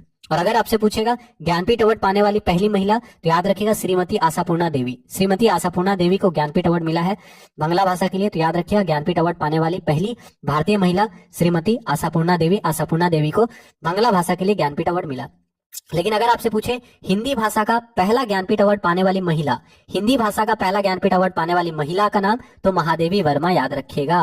क्योंकि अभी हम लोग पढ़े कि आशापूर्णा देवी ज्ञानपीठ अवार्ड पाने वाली पहली महिला है, लेकिन आशापूर्णा देवी को बांग्ला भाषा के लिए ज्ञानपीठ मिला था। ठीक है, तो हिंदी भाषा का पहला ज्ञानपीठ अवार्ड प्राप्त करने वाली महिला महादेवी वर्मा, याद रखिएगा। तो यहां से ये सवाल बहुत इंपॉर्टेंट है, इसको लिख लीजिएगा आप। चलिए अगला सवाल देखते हैं। तो आप सभी से हम्बल रिक्वेस्ट करेंगे, प्लीज क्लास को सपोर्ट करें। अगला सवाल, विश्व स्तर पर सर्वश्रेष्ठ शारीरिक एवं बौद्धिक प्रतिभा चयन के क्षेत्र में निम्नलिखित में से कौन सा पुरस्कार प्रदान किया जाता है? ठीक है, तो आंसर कीजिए, विश्व स्तर पर सर्वश्रेष्ठ शारीरिक एवं बौद्धिक प्रतिभा चयन के क्षेत्र में निम्नलिखित में से कौन सा पुरस्कार प्रदान किया जाता है? तो आपका आंसर क्या होगा, बता दीजिए। तो आंसर होगा मिस वर्ल्ड अवार्ड, याद रखिएगा मिस वर्ल्ड पुरस्कार। ठीक है, तो विश्व स्तर पर सर्वश्रेष्ठ शारीरिक एवं बौद्धिक प्रतिभा चयन के क्षेत्र में मिस वर्ल्ड पुरस्कार दिया जाता है। तो आपका आंसर हो गया ऑप्शन नंबर बी, याद रखिएगा। बाकी आपको पता है पुलित्जर पुरस्कार किस क्षेत्र में दिया जाता है? पुलित्जर पुरस्कार किस क्षेत्र में दिया जाता है? पत्रकारिता, पत्रकारिता के क्षेत्र में पुलित्जर पुरस्कार दिया जाता है। पुलित्जर पुरस्कार 1917 ईस्वी से दिया जा रहा है, याद रखेंगे। बाकी ऑस्कर पुरस्कार आप जानते हैं, ऑस्कर पुरस्कार 1929 ईस्वी से दिया जा रहा है और ऑस्कर पुरस्कार फिल्म के क्षेत्र का सबसे बड़ा पुरस्कार माना जाता है। ऑस्कर पुरस्कार, ऑस्कर अवार्ड को अकेडमी अवार्ड भी कहा जाता है, आप जानते हैं। तो ऑस्कर पुरस्कार को अकेडमी अवार्ड भी कहा जाता है। ऑस्कर अवार्ड 1929 ईस्वी से दिया जा रहा है, याद रखिएगा। ठीक है, समझ में आया? इंपॉर्टेंट है। और कर्ण पुरस्कार भी फिल्म के क्षेत्र में दिया जाता है, आपको याद होगा कर्ण पुरस्कार फिल्म के क्षेत्र में दिया जाता है। तो यहाँ पे आपका आंसर हो गया मिस वर्ल्ड पुरस्कार विश्व स्तर पर सर्वश्रेष्ठ शारीरिक एवं बौद्धिक प्रतिभा चयन के क्षेत्र में दिया जाता है। ठीक है, तो इसको आप याद रखिएगा। अच्छा, एक सवाल है, बहुत अच्छा सवाल है, आपको बताना है ऑस्कर के साथ नोबेल पुरस्कार प्राप्त करने वाले पहले व्यक्ति कौन है? याद है आपको? जॉर्ज बर्नार्ड शो, याद रखिएगा। जॉर्ज बर्नार्ड शो को ऑस्कर भी मिला है और नोबेल पुरस्कार भी मिला है, तो ये भी याद रख लीजिएगा, पूछ सकता है। ऑस्कर, कहां लिखा है ऑस्कर? यहाँ पे ऑस्कर प्लस क्या बताए थे अभी आपको? ऑस्कर और नोबेल। तो ऑस्कर और नोबेल पुरस्कार, तो याद रखिएगा, पूछेगा ऐसे कौन से व्यक्ति हैं जिनको ऑस्कर के साथ नोबेल भी मिला, और ऐसे करने वाले ये पहले व्यक्ति बने, जॉर्ज बर्नार्ड शो। ठीक है, तो ऑस्कर और नोबेल पुरस्कार पाने वाले पहले व्यक्ति कौन है विश्व के? George Bernard Shaw. समझ में आया? फिल्म का भी सबसे बड़ा अवार्ड, और आप जान रहे हैं नोबेल पुरस्कार कितना बड़ा अवार्ड है ना। तो ऑस्कर और नोबेल दोनों पुरस्कार इनको मिला था जॉर्ज बर्नार्ड शो को। 1925 में इनको साहित्य के लिए नोबेल पुरस्कार मिला और 1938 में इनको बेस्ट स्क्रीन प्ले के लिए ऑस्कर अवार्ड मिला। तो याद रखिएगा, जॉर्ज बर्नार्ड शो को ऑस्कर के साथ साथ नोबेल भी मिला है। इनको 1925 में साहित्य के क्षेत्र में नोबेल मिला, ठीक है, और 1938 ईस्वी में इनको याद रखना है बेस्ट स्क्रीन प्ले के लिए ऑस्कर पुरस्कार भी दिया गया। तो यहां पे आपका आंसर ऑप्शन नंबर बी, याद रखेंगे। ठीक है, निम्नलिखित में से किस संगठन की कल्पना राजा राम मोहन राय ने समय से पहले की थी? आंसर करेंगे, about which of the following organisation had Raja Ram Mohan Roy thought before the time? निम्नलिखित में से किस संगठन की कल्पना राजा राम मोहन राय ने समय से पूर्व की थी? ऑप्शन ए ग्लोबल कोर्ट वैश्विक न्यायालय, ऑप्शन बी इकोनॉमिक कम्युनिटी आर्थिक समुदाय, ऑप्शन सी यूनाइटेड नेशंस संयुक्त राष्ट्र, ऑप्शन डी इक्वल मार्केट। तो याद रखिएगा, संयुक्त राष्ट्र संगठन की कल्पना राजा राम मोहन राय ने समय से पूर्व की थी। तो आपका आंसर होगा ऑप्शन नंबर सी, संयुक्त राष्ट्र संगठन की कल्पना राजा राम मोहन राय ने समय से पूर्व की थी, याद रखेंगे। आप जानते हैं संयुक्त राष्ट्र संघ की स्थापना कब की गई थी? आपको याद रखना है 24 अक्टूबर को हम लोग संयुक्त राष्ट्र दिवस मनाते हैं। 24 अक्टूबर 1945, 24 अक्टूबर 1945 को संयुक्त राष्ट्र संघ की स्थापना की गई थी, याद रखिएगा। 24 अक्टूबर 1945 को संयुक्त राष्ट्र संघ की स्थापना की गई थी और संयुक्त राष्ट्र संघ का हेडक्वार्टर न्यूयॉर्क में है, याद रखेंगे। संयुक्त राष्ट्र संघ की स्थापना 24 अक्टूबर 1945 को की गई थी। संयुक्त राष्ट्र संघ का हेडक्वार्टर न्यूयॉर्क में है, याद रखेंगे। और आपको याद रखना है कि संयुक्त राष्ट्र संघ का 193वां सदस्य देश कौन सा है? वर्तमान में संयुक्त राष्ट्र संघ के कितने सदस्य हैं? 193 सदस्य हैं। संयुक्त राष्ट्र संघ के कितने सदस्य हैं? तो संयुक्त राष्ट्र संघ का 193 सदस्य है वर्तमान में। तो आपसे पूछेगा संयुक्त राष्ट्र संघ का 193वां सदस्य देश कौन सा है? संयुक्त राष्ट्र संघ का 193वां सदस्य देश कौन सा है? तो याद रखना है, संयुक्त राष्ट्र संघ का 193वां सदस्य देश है दक्षिणी सूडान। संयुक्त राष्ट्र संघ का 193वां सदस्य देश है दक्षिणी सूडान, याद रखिएगा। तो संयुक्त राष्ट्र संघ का नवीनतम सदस्य देश कौन है? साउथ सूडान, याद रखेंगे। और एक चीज याद रखना है, संयुक्त राष्ट्र संघ में कितने संस्थापक सदस्य देश थे? तो संयुक्त राष्ट्र संघ के 51 संस्थापक देश थे। तो आपको याद रखना है यूएनओ का 51वां संस्थापक देश कौन सा था? यूएनओ का 51वां संस्थापक देश कौन सा था? तो यूएनओ का 51वां संस्थापक देश पोलैंड, याद रखना है। यूएनओ का 51वां संस्थापक देश कौन था? पोलैंड, ठीक है। संयुक्त राष्ट्र संघ की स्थापना 24 अक्टूबर 1945 को हुई थी। संयुक्त राष्ट्र संघ के संस्थापक सदस्य देशों की संख्या 51 थी और यूएनओ का 51वां संस्थापक देश पोलैंड, याद रखेंगे। राजा राम मोहन राय जी ने संयुक्त राष्ट्र संघ की स्थापना की कल्पना समय से पूर्व कर दी थी, याद रखिएगा। तो आंसर क्या हो गया? ऑप्शन नंबर सी, याद रखेंगे। तो आप सभी से हम्बल रिक्वेस्ट है, प्लीज क्लास को एक बार शेयर कर दें ताकि और भी बच्चे क्लास में आ सकें। महिला उद्धार से संबंधित प्रगतिशील सामाजिक कार्यक्रमों का संचालन सर्वप्रथम किसने किया? आंसर करेंगे, महिला उद्धार से संबंधित प्रगतिशील सामाजिक कार्यक्रमों का संचालन सर्वप्रथम किनके द्वारा किया गया?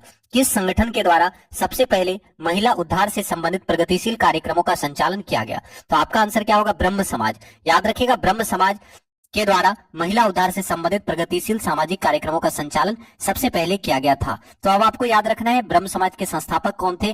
तो आपको यहां से याद रखना है ब्रह्म समाज और आत्मीय सभा, इन दोनों की स्थापना राजा राम मोहन राय जी के द्वारा की गई थी। ठीक है, तो अगर आपसे पूछे, ध्यान दीजिएगा, राजा राम मोहन राय जी से सवाल पूछे तो आपको याद रखना है राजा राम मोहन राय। ठीक है, राजा राम मोहन राय। अब आपको बताना है राजा राम मोहन राय के द्वारा ब्रह्म समाज की स्थापना कब की गई थी और राजा राम मोहन राय जी के द्वारा आत्मीय सभा की स्थापना कब की गई थी। दोनों इंपॉर्टेंट है, तो आपको बताना है ब्रह्म समाज की स्थापना राजा राम मोहन राय ने कब की, कहां पे की। आत्मीय सभा की स्थापना राजा राम मोहन राय जी के द्वारा कब की गई, आपको बताना है। दोनों सवाल आपको बताना है। ठीक है, तो आपको याद रखना है राजा राम मोहन राय जी के द्वारा आत्मीय सभा की स्थापना 1815 ईस्वी में की गई थी। 1815 ईस्वी में राजा राम मोहन राय ने आत्मीय सभा की स्थापना की थी। 1828 ईस्वी में राजा राम मोहन राय ने ब्रह्म समाज की स्थापना की थी। तो 1828 में राजा राम मोहन राय ने ब्रह्म समाज की स्थापना की थी, याद रखिएगा। अगर आपसे पूछे कि ब्रह्म समाज की स्थापना कहाँ की गई थी, तो कलकत्ता में। ब्रह्म समाज की स्थापना कहाँ की गई थी? कलकत्ता में ब्रह्म समाज की स्थापना की गई थी। ठीक है, तो याद रखिएगा 1828 ईस्वी में कलकत्ता में ब्रह्म समाज की स्थापना राजा राम मोहन राय जी के द्वारा की गई थी। ठीक है, और आत्मीय सभा की स्थापना 1815 में राजा राम मोहन राय जी के द्वारा की गई थी, याद रखेंगे। ठीक है, और आप जानते हैं कि राम मोहन राय को राजा की उपाधि किसने दी? तो राम मोहन राय को राजा की उपाधि अकबर द्वितीय ने दी थी। तो याद रखिएगा, मुगल बादशाह अकबर द्वितीय ने राम मोहन राय को राजा की उपाधि से सम्मानित किया था, याद रखेंगे। ठीक है, समझ में आया?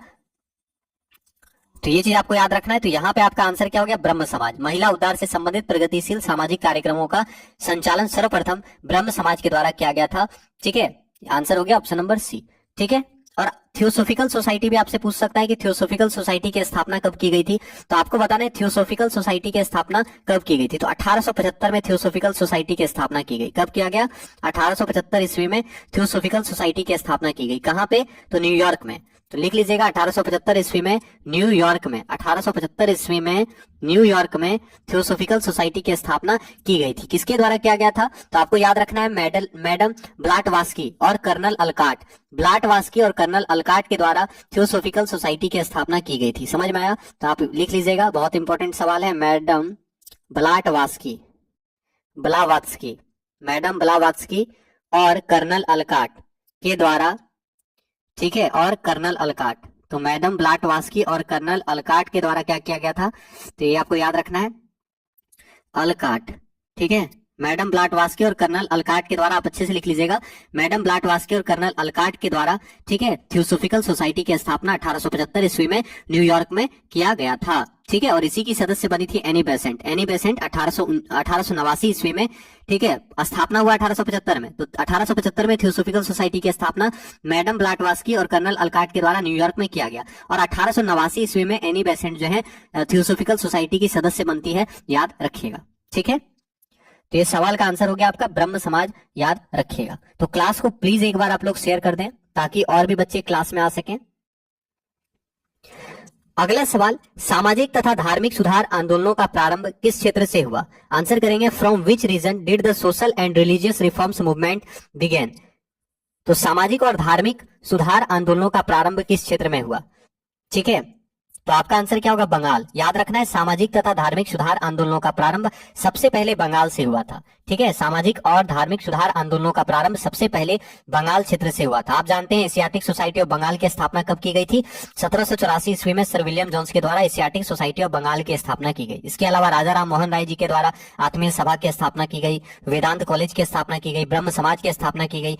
समझ में आ रहा है? तो ये भी वेस्ट बंगाल में थे, तो बंगाल प्रांत से थे। तो इसलिए याद रखना है, सामाजिक और धार्मिक सुधार आंदोलनों का प्रारंभ सबसे पहले कहां पे होता है? तो बंगाल में होता है। ठीक है, तो आपका आंसर क्या होगा? ऑप्शन नंबर बी, याद रखिएगा। ठीक है, अब यहां से आपको क्या क्या याद रखना है, ध्यान दीजिएगा। अगर आपसे पूछता है, यहां से आपसे पूछेगा कि भारतीय पुनर्जागरण का जनक किनको कहा जाता है, तो अगर आपको पता है तो आप बताएं, भारतीय पुनर्जागरण का जनक किनको कहा जाता है? भारतीय पुनर्जागरण का जनक किनको कहा जाता है? एकदम आसान सवाल है। ठीक है, भारतीय पुनर्जागरण का जनक किनको कहा जाता है, ये पहला सवाल। ठीक है, दूसरा आपको बताना है, भारत में नव जागरण का अग्रदूत किनको कहा जाता है? बताएंगे, भारत में नव जागरण का अग्रदूत किनको कहा जाता है? भारत में नव जागरण का अग्रदूत किनको कहा जाता है? ठीक है, भारत में नव जागरण का अग्रदूत किनको कहा जाता है? मोस्ट इंपॉर्टेंट सवाल है। तीसरा आपको इसी में बताना है, सुधार आंदोलनों का प्रवर्तक किन्हें कहा जाता है? ठीक है, सुधार आंदोलनों का प्रवर्तक किन्हें कहा जाता है? चौथा, भारतीय पत्रकारिता का जनक किन्हें कहा जाता है? तो बताएंगे भारतीय पत्रकारिता का जनक किन्हें कहा जाता है? तो ये तीनों नाम आपको याद रखना है। भारतीय पत्रकारिता का जनक राजा राम मोहन राय को कहा जाता है। भारत में नव जागरण का अग्रदूत राजा राम मोहन राय को कहा जाता है। ठीक है, तो राजा राम मोहन राय, आधुनिक भारत का पिता भी कहा जाता है इनको, तो ये भी आपको याद रखना है, बहुत पूछा जाता है। आधुनिक भारत का पिता किनको कहा जाता है? तो राजा राम मोहन राय को आधुनिक भारत का पिता भी कहा जाता है। ठीक है, तो भारतीय पुनर्जागरण का जनक राजा राम मोहन राय, भारत में नव जागरण का अग्रदूत राजा राम मोहन राय, भारतीय पत्रकारिता का जनक राजा राम मोहन राय, आधुनिक भारत का पिता राजा राम मोहन राय को कहा जाता है। तो ये भी लिख लीजिएगा, आधुनिक भारत का पिता राजा राम मोहन राय को कहा जाता है। ठीक है, तो समझ में आ गया कि सबसे पहले सामाजिक सुधार आंदोलन कहां से शुरू हुआ? तो बंगाल प्रांत से शुरू हुआ था। ऑप्शन नंबर बी आपका सही आंसर हो जाएगा। तो क्लास को प्लीज एक बार शेयर कर देंगे। किसने 1873 ईस्वी में सत्य शोधक समाज की स्थापना की थी? तो आंसर करेंगे, सत्य शोधक समाज की स्थापना 1873 ईस्वी में किनके द्वारा की गई थी? तो आप जानते हैं कि सत्य शोधक समाज की स्थापना 1873 ईस्वी में कब किया गया? 1873 ईस्वी में सत्य शोधक समाज की स्थापना ज्योतिबा फुले जी के द्वारा की गई थी। ठीक है, तो याद रखिएगा, ज्योतिराव गोविंद राव फुले यानी ज्योतिबा फुले ने निम्न जातियों के कल्याण के लिए 1873 ईस्वी में सत्य शोधक समाज की स्थापना की थी। तो सत्य शोधक समाज की स्थापना ज्योतिबा फुले जी के द्वारा की गई थी, याद रखेंगे। ठीक है, तो आंसर ऑप्शन नंबर बी होगा। अगला सवाल, पिछड़े वर्गों का उत्थान किसका मुख्य कार्यक्रम था? तो आंसर करेंगे, पिछड़े वर्गों का उत्थान किसका मुख्य कार्यक्रम था? ठीक है, पिछड़े वर्गों का उत्थान किसका मुख्य कार्यक्रम था, किसका मुख्य लक्ष्य था? तो याद रखिएगा, सत्य शोधक समाज। सत्य शोधक समाज की स्थापना 1873 ईस्वी में श्री ज्योतिबा फुले जी के द्वारा की गई थी। सत्य शोधक समाज की स्थापना 1873 ईस्वी में श्री ज्योतिबा फुले जी के द्वारा की गई थी और सत्य शोधक समाज का मुख्य उद्देश्य था पिछड़े वर्गों का उत्थान करना। ठीक है, तो निम्न जातियों के कल्याण के लिए 1873 ईस्वी में सत्य शोधक समाज की स्थापना ज्योतिबा फुले जी के द्वारा की गई थी और यह प्रथम भारतीय संगठन था जिसने अस्पृश्य वर्ग के लिए स्कूल खुलवाए तथा नारी शिक्षा के लिए पूना में एक कन्या विद्यालय खोला। ज्योतिबा फुले जी समाज में जाति प्रथा के पूर्ण उन्मूलन एवं सामाजिक आर्थिक समानता के पक्षधर थे। ज्योतिबा फुले ने भारतीय राष्ट्रीय कांग्रेस के नेताओं की कमजोर वर्गों के लोगों के हितों की अनदेखी करने की आलोचना भी की थी। तो पिछड़े वर्गों का उत्थान के लिए कौन काम किए थे? तो याद रखना है, पिछड़े वर्गों के उत्थान के लिए सत्यशोधक समाज की स्थापना श्री ज्योतिबा फुले जी के द्वारा 1873 ईस्वी में की गई थी, याद रखेंगे। अब यहाँ पे देखिए प्रार्थना समाज, तो प्रार्थना समाज भी बहुत इंपॉर्टेंट है। आपसे पूछ सकता है प्रार्थना समाज की स्थापना किसने की? तो आपको याद रखना है प्रार्थना समाज की स्थापना कब की गई और कहाँ पे किया गया। तो 1867 ईस्वी में प्रार्थना समाज की स्थापना की गई। इंपॉर्टेंट सवाल है, 1867 ईस्वी में प्रार्थना समाज की स्थापना की गई। कहाँ पर? महाराष्ट्र में। तो याद रखेंगे, महाराष्ट्र में प्रार्थना समाज की स्थापना, महाराष्ट्र में 1867 ईस्वी में प्रार्थना समाज की स्थापना की गई थी आत्माराम पांडुरंग जी के द्वारा, डॉक्टर आत्माराम पांडुरंग। तो याद रखिएगा, आत्माराम पांडुरंग के द्वारा प्रार्थना समाज की स्थापना की गई। ठीक है, तो अगर आपसे पूछे प्रार्थना समाज की स्थापना किसके द्वारा की गई, तो प्रार्थना समाज की स्थापना आत्माराम पांडुरंग जी के द्वारा की गई थी 1867 ईस्वी में महाराष्ट्र में। ठीक है, और प्रार्थना समाज का मुख्य उद्देश्य हिंदू धर्म तथा समाज में सुधार लाना था। ठीक है, और प्रार्थना समाज की स्थापना डॉक्टर आत्माराम पांडुरंग जी के द्वारा की गई। बाद में प्रार्थना समाज में और भी बहुत बड़े बड़े महान व्यक्ति हुए जो कि शामिल हुए। तो प्रार्थना समाज का संस्थापक आत्माराम पांडुरंग को कहा जाता है। इसके बाद इसमें एम जी रानाडे भी शामिल होते हैं। एम जी रानाडे आप जानते हैं महात्मा गांधी के गुरु थे कौन? गोपाल कृष्ण गोखले। और गोपाल कृष्ण गोखले के गुरु कौन थे? महादेव गोविंद रानाडे। तो अगर आप लिखना चाहते हैं तो लिख भी सकते हैं, जैसे गांधी जी। ठीक है, तो गांधी जी के गुरु कौन? गांधी जी के राजनीतिक गुरु गोपाल कृष्ण गोखले, जी के गोखले। ठीक है, आप अच्छे से लिख लीजिएगा, गांधी जी के राजनीतिक गुरु गोपाल कृष्ण गोखले और गोपाल कृष्ण के राजनीतिक गुरु कौन? M G Ranade. समझ में आया? तो गांधी जी के राजनीतिक गुरु गोपाल कृष्ण गोखले, गोपाल कृष्ण गोखले के गुरु एम जी रानाडे। तो याद रखना है, प्रार्थना समाज की स्थापना आत्माराम पांडुरंग जी के द्वारा की गई। बाद में प्रार्थना समाज में एम जी रानाडे भी जुड़ते हैं। इसके साथ साथ केशव चंद्र सेन जी भी प्रार्थना समाज में शामिल होते हैं। ठीक है, तो याद रख लीजिएगा, इस सवाल को, बहुत इंपॉर्टेंट है। ठीक है, तो याद रखना है कि प्रार्थना समाज की स्थापना के प्रेरणा स्रोत केशव चंद्र सेन जी थे। इसकी स्थापना आत्माराम पांडुरंग जी के द्वारा की गई और इसमें एक बहुत ही बड़े नेता थे महादेव गोविंद रानाडे, याद रखिएगा।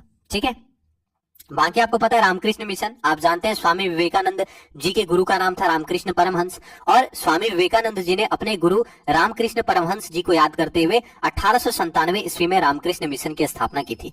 तो कभी अगर पूछ दे कि रामकृष्ण मिशन की स्थापना कब, तो 1897 ईस्वी में रामकृष्ण मिशन की स्थापना की गई थी।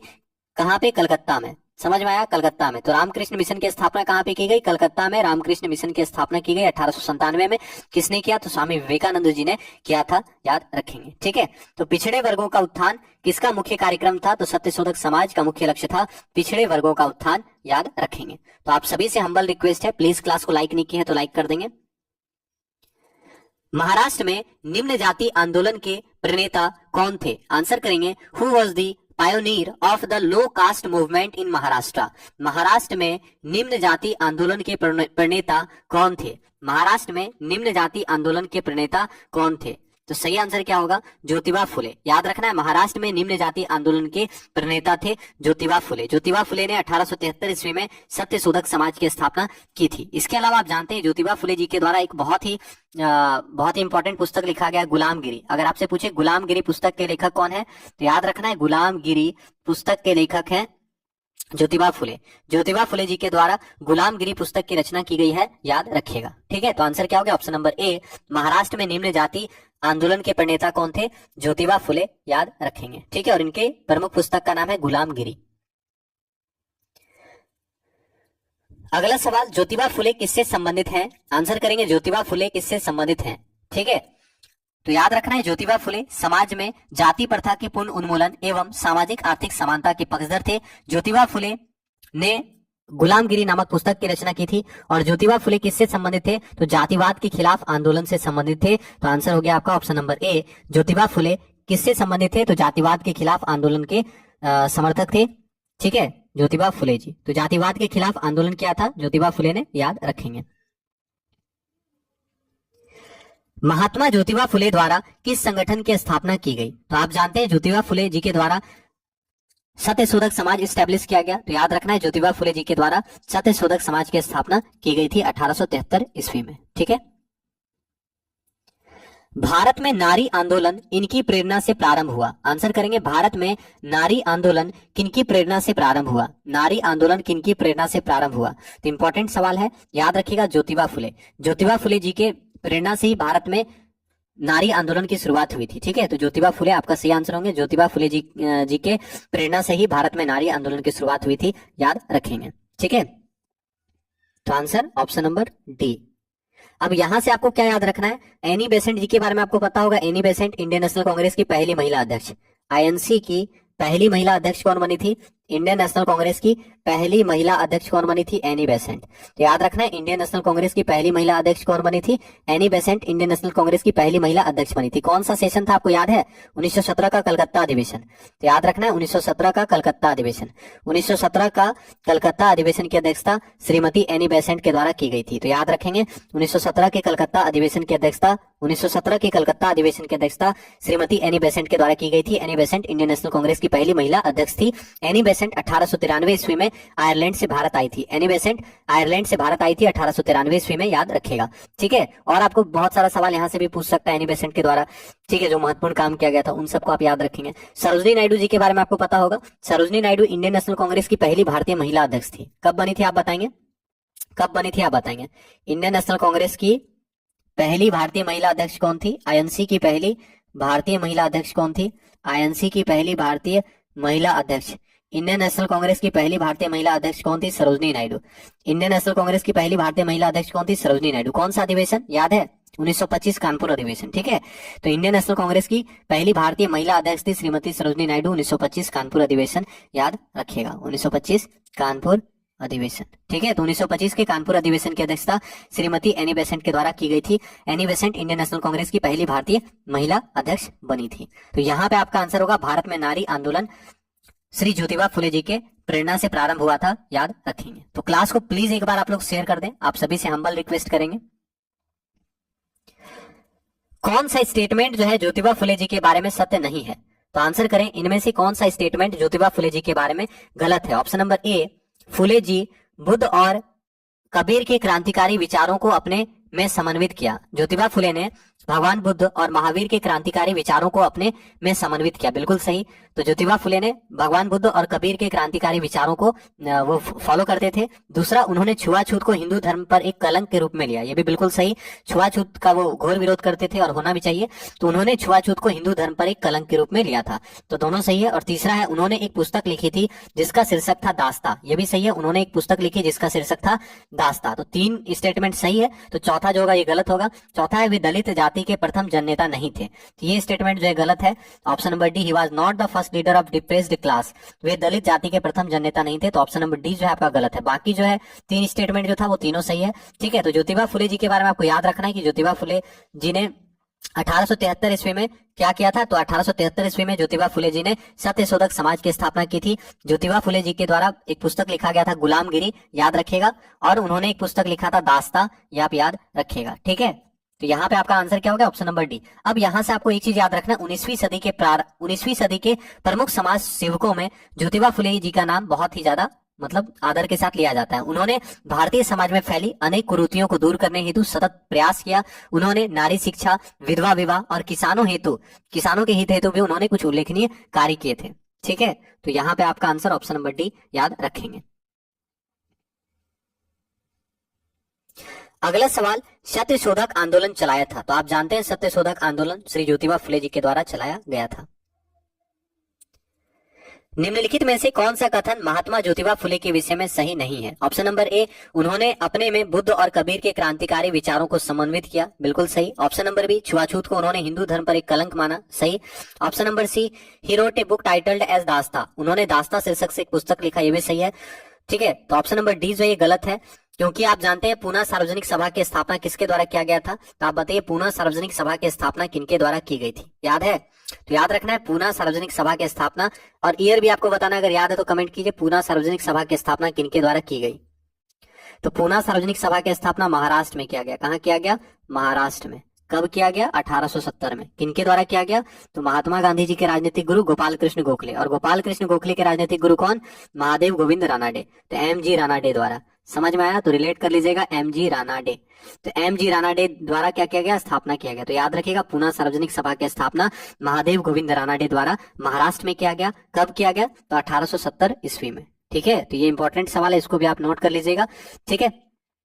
तो पूना सार्वजनिक सभा की स्थापना महादेव गोविंद रानाडे जी के द्वारा महाराष्ट्र में 1870 ईस्वी में की गई थी, याद रखेंगे। तो ये स्टेटमेंट गलत है, क्योंकि ज्योतिबा फुले जी के द्वारा पूना सार्वजनिक सभा की स्थापना नहीं की गई थी। पूना सार्वजनिक सभा की स्थापना एम जी रानाडे द्वारा 1870 में महाराष्ट्र में किया गया था। समझ में आ गया। तो ऑप्शन डी जो है गलत है, याद रखिएगा। अगला सवाल, निम्नलिखित में से किसने एशियाटिक सोसाइटी ऑफ बंगाल की स्थापना की थी। तो आंसर करेंगे एशियाटिक सोसाइटी ऑफ बंगाल की स्थापना का श्रेय किनको जाता है। तो आप जानते हैं sir William Jones. Sir William Jones के द्वारा 1784 ईस्वी में एशियाटिक सोसाइटी ऑफ बंगाल की स्थापना की गई थी। तो याद रखना है 1784 ईस्वी। एशियाटिक सोसाइटी ऑफ बंगाल की स्थापना 1784 ईस्वी में विलियम जोन्स के द्वारा किया गया था। ठीक है। तो विलियम जोन्स के द्वारा 1784 ईस्वी में एशियाटिक सोसाइटी ऑफ बंगाल की स्थापना की गई थी, याद रखेंगे। ठीक है। समझ में आया। तो ये इंपॉर्टेंट सवाल है, इसको आप याद रख लीजिएगा। 1784 एशियाटिक सोसाइटी ऑफ बंगाल की स्थापना सर विलियम जोन्स के द्वारा, याद रखेंगे। ठीक है। और यहाँ पे चार्ल्स विल्किंसन है। तो चार्ल्स विल्किंसन के बारे में याद रखेंगे। चार्ल्स विल्किंसन ने गीता और हितोपदेश का अंग्रेजी में अनुवाद किया। चार्ल्स विल्किंसन ने क्या किया था, तो गीता और हितोपदेश का अंग्रेजी में अनुवाद किया था, याद रखेंगे। ठीक है। और जेम्स अगस्त हिक्की के बारे में आप जानते हैं, जेके हिक्की के बारे में। ठीक है। तो द बंगाल गजट समाचार पत्र के बारे में आप जानते हैं कि द बंगाल गजट समाचार पत्र के संपादक कौन थे, जेम्स अगस्त हिक्की, याद है ना। तो याद रखना है, अगर पूछ दे कभी कि जेके हिक्की कौन थे। ठीक है। जेके हिक्की कौन थे, तो भारत का पहला समाचार पत्र कौन सा था, भारत का पहला समाचार पत्र का संपादन किसने किया था, आपको पता होगा, जेके हिक्की। तो याद रखना है भारत का पहला समाचार पत्र का नाम क्या था, Bengal gazette, the Bengal gazette, है ना। तो याद रखना है भारत का पहला समाचार पत्र का नाम है द बंगाल गजट, और भारत का पहला समाचार पत्र बंगाल गजट का संपादन किसने किया, जेके हिक्की ने किया। ठीक है। तो अगर आपसे पूछे भारत का पहला समाचार पत्र, तो याद रखेंगे बंगाल गजट। संपादन किसने किया, जेके हिक्की ने भारत के पहले समाचार पत्र बंगाल गजट का प्रकाशन किया था। और बंगाल गजट कब पब्लिश हुआ था, तो याद होगा 1780 ईस्वी में कलकत्ता से। ठीक है। तो बंगाल गजट 1780 ईस्वी में कलकत्ता से पब्लिश किया गया था। इसके संपादक थे जेम्स अगस्त हिक्की, याद रखेंगे। ठीक है। तो यहाँ पे आपका आंसर क्या हो गया, एशियाटिक सोसाइटी ऑफ बंगाल की स्थापना सर विलियम जोन्स के द्वारा की गई थी, याद रखेंगे। अगला सवाल, एशियाटिक सोसाइटी ऑफ बंगाल की स्थापना में किसने महत्वपूर्ण योगदान दिया? आंसर करेंगे, एशियाटिक सोसाइटी ऑफ बंगाल की स्थापना में किनके द्वारा महत्वपूर्ण योगदान दिया गया? ठीक है, एशियाटिक सोसाइटी ऑफ बंगाल की स्थापना के समय किनका कार्यकाल चल रहा था, किनका महत्वपूर्ण योगदान था, आपको बताना है। तो काफी अच्छा सवाल है ये, फटाफट आंसर करेंगे। वारेन हेस्टिंग्स होगा सही आंसर। ठीक है, याद रखना, एशियाटिक सोसाइटी ऑफ बंगाल की स्थापना 1784 ईस्वी में हुआ था। कब हुआ था? 1784। एकदम आसान है, एशियाटिक सोसाइटी ऑफ बंगाल की स्थापना 1784। ठीक है, तो अब आपको ये पता है कि 1784 ईस्वी में सर विलियम जोन्स के द्वारा एशियाटिक सोसाइटी ऑफ बंगाल की स्थापना हुई थी। तो उस समय किसका कार्यकाल चल रहा था? तो आपको याद होगा वारेन हेस्टिंग्स का। ठीक है, तो वारेन हेस्टिंग्स का कार्यकाल चल रहा था, तो आंसर क्या होगा? Warren Hastings, option number C याद रखिएगा। तो एशियाटिक सोसाइटी ऑफ बंगाल की स्थापना में वारेन हेस्टिंग्स का बहुत ही महत्वपूर्ण योगदान था। अब यहां से आप देखिए, जो सवाल है बहुत ज्यादा इंपॉर्टेंट है। ठीक है, आपसे वारेन हेस्टिंग्स से क्या क्या सवाल पूछता है? तो पहला सवाल आपसे पूछेगा बंगाल का अंतिम गवर्नर कौन था? तो याद रखना है, बंगाल का अंतिम गवर्नर कौन था? वारेन हेस्टिंग्स, बंगाल का अंतिम गवर्नर। ठीक है, बहुत अच्छा सवाल है, पूछेगा। तो याद रखना है, बंगाल का अंतिम गवर्नर कौन? वारेन हेस्टिंग्स बंगाल के अंतिम गवर्नर थे। ठीक है, बंगाल के अंतिम गवर्नर थे वारेन हेस्टिंग्स, पहला सवाल। दूसरा, आपको इनसे याद रखना है कि बंगाल के पहले गवर्नर जनरल कौन थे? Warren Hastings. समझ में आया? बंगाल के पहले गवर्नर जनरल कौन? तो ये भी याद रखना है, बंगाल के फर्स्ट गवर्नर जनरल कौन? Warren Hastings. समझ में आया? तो बंगाल के पहले गवर्नर जनरल कौन बने? तो बंगाल के पहले गवर्नर जनरल बने वारेन हेस्टिंग्स। ठीक है, तो बंगाल का अंतिम गवर्नर वारेन हेस्टिंग्स, बंगाल के पहले गवर्नर जनरल वारेन हेस्टिंग्स। अब आपसे पूछेगा कि 1773 का रेगुलेटिंग एक्ट आपको याद है? आपसे पूछ सकता है कि बंगाल के अंतिम गवर्नर जनरल को, बंगाल के अंतिम गवर्नर को बंगाल का पहला गवर्नर जनरल किस नियम के तहत बनाया गया? तो याद रखना है, रेगुलेटिंग एक्ट 1773। समझ में आया? ये भी पूछ सकता है ना कि रेगुलेटिंग एक्ट कब आया था? 1773 में आया। तो किसके समय में रेगुलेटिंग एक्ट आया? ठीक है, तो रेगुलेटिंग एक्ट 1773। तो याद रखना है, 1773 ईस्वी में जो रेगुलेटिंग एक्ट आया था, उसी के तहत क्या किया गया? बंगाल के अंतिम गवर्नर को बंगाल का पहला गवर्नर जनरल बना दिया गया। ठीक है, तो ये किसके समय में आया था? वारेन हेस्टिंग्स के समय में। ठीक है, तो याद रखिएगा कि वारेन हेस्टिंग्स बंगाल के अंतिम गवर्नर थे। वारेन हेस्टिंग्स को रेगुलेटिंग एक्ट 1773 के तहत बंगाल का पहला गवर्नर जनरल बना दिया गया था, याद रखेंगे। ठीक है, अगर आपसे पूछे बंगाल में द्वैत शासन को समाप्त किसने किया, तो आपको याद रखना है, द्वैत शासन कहां लगाया गया था? तो बंगाल में। बंगाल में द्वैत शासन को किसने लगाया? आपको याद है द्वैत शासन किसने लगाया? तो बता दीजिए, द्वैत शासन का शुरुआत किसने किया और समाप्ति किसने किया? दोनों सवाल पूछेगा कि बंगाल में द्वैत शासन का जनक किसको कहा जाता है। तो एक चीज याद रखना है, अगर आपसे पूछे कि पूरा याद रखना है कि बंगाल में लगा था, ठीक है, द्वैत शासन, और द्वैत शासन का जनक अगर पूछे तो जनक याद रखना है रॉबर्ट क्लाइव। बंगाल में द्वैत शासन जनक मतलब शुरू किसने किया? तो बंगाल में द्वैत शासन शुरू किया था रॉबर्ट क्लाइव ने। समझ में आया? ये याद रखना है, बंगाल में द्वैत शासन शुरू किसने किया था? रॉबर्ट क्लाइव ने। तो रॉबर्ट क्लाइव को बंगाल में द्वैत शासन का जनक कहा जाता है, शुरू किया था रॉबर्ट क्लाइव ने। लेकिन पूछेगा समाप्त किसने किया बंगाल में द्वैत शासन को? तो समाप्त किया था वारेन हेस्टिंग्स ने। समझ में आया? तो अगर आपसे पूछे कि द्वैत शासन कहाँ लगाया गया, तो बंगाल में। फिर पूछेगा द्वैत शासन शुरू किसने किया? तो रॉबर्ट क्लाइव ने। द्वैत शासन का जनक किसे कहा जाता है? रॉबर्ट क्लाइव को। द्वैत शासन को समाप्त किसने किया? वारेन हेस्टिंग्स ने। आया समझ में? तो ये भी इंपॉर्टेंट सवाल है। तो द्वैत शासन को समाप्त किया था वारेन हेस्टिंग्स ने, याद रखेगा। अच्छा, आपको याद है प्लासी का युद्ध किसके समय में हुआ था? तो रॉबर्ट क्लाइव के समय में हुआ था प्लासी युद्ध। कभी पूछ दे अगर कि 1757 ईस्वी में प्लासी युद्ध हुआ था, ठीक है, तो 1757 ईस्वी का प्लासी युद्ध किसके समय में हुआ था? तो 1757 का प्लासी युद्ध रॉबर्ट क्लाइव के समय में हुआ था, याद रखिएगा। ठीक है, तो ये चीज आपको यहाँ से वारेन हेस्टिंग्स के बारे में याद रखना है। इसके अलावा वारेन हेस्टिंग्स के बारे में आपको क्या याद रखना है? तो आपको याद रखना है 1784 ईस्वी में सर विलियम जोन्स द्वारा एशियाटिक सोसाइटी ऑफ बंगाल की स्थापना की गई थी, इन्हीं के समय में। ठीक है, पिट्स इंडिया एक्ट आपको पता है कब आया था? पिट्स इंडिया एक्ट इन्हीं के समय में आया था, पिट्स इंडिया एक्ट। तो कब आया था पिट्स इंडिया एक्ट बताएंगे?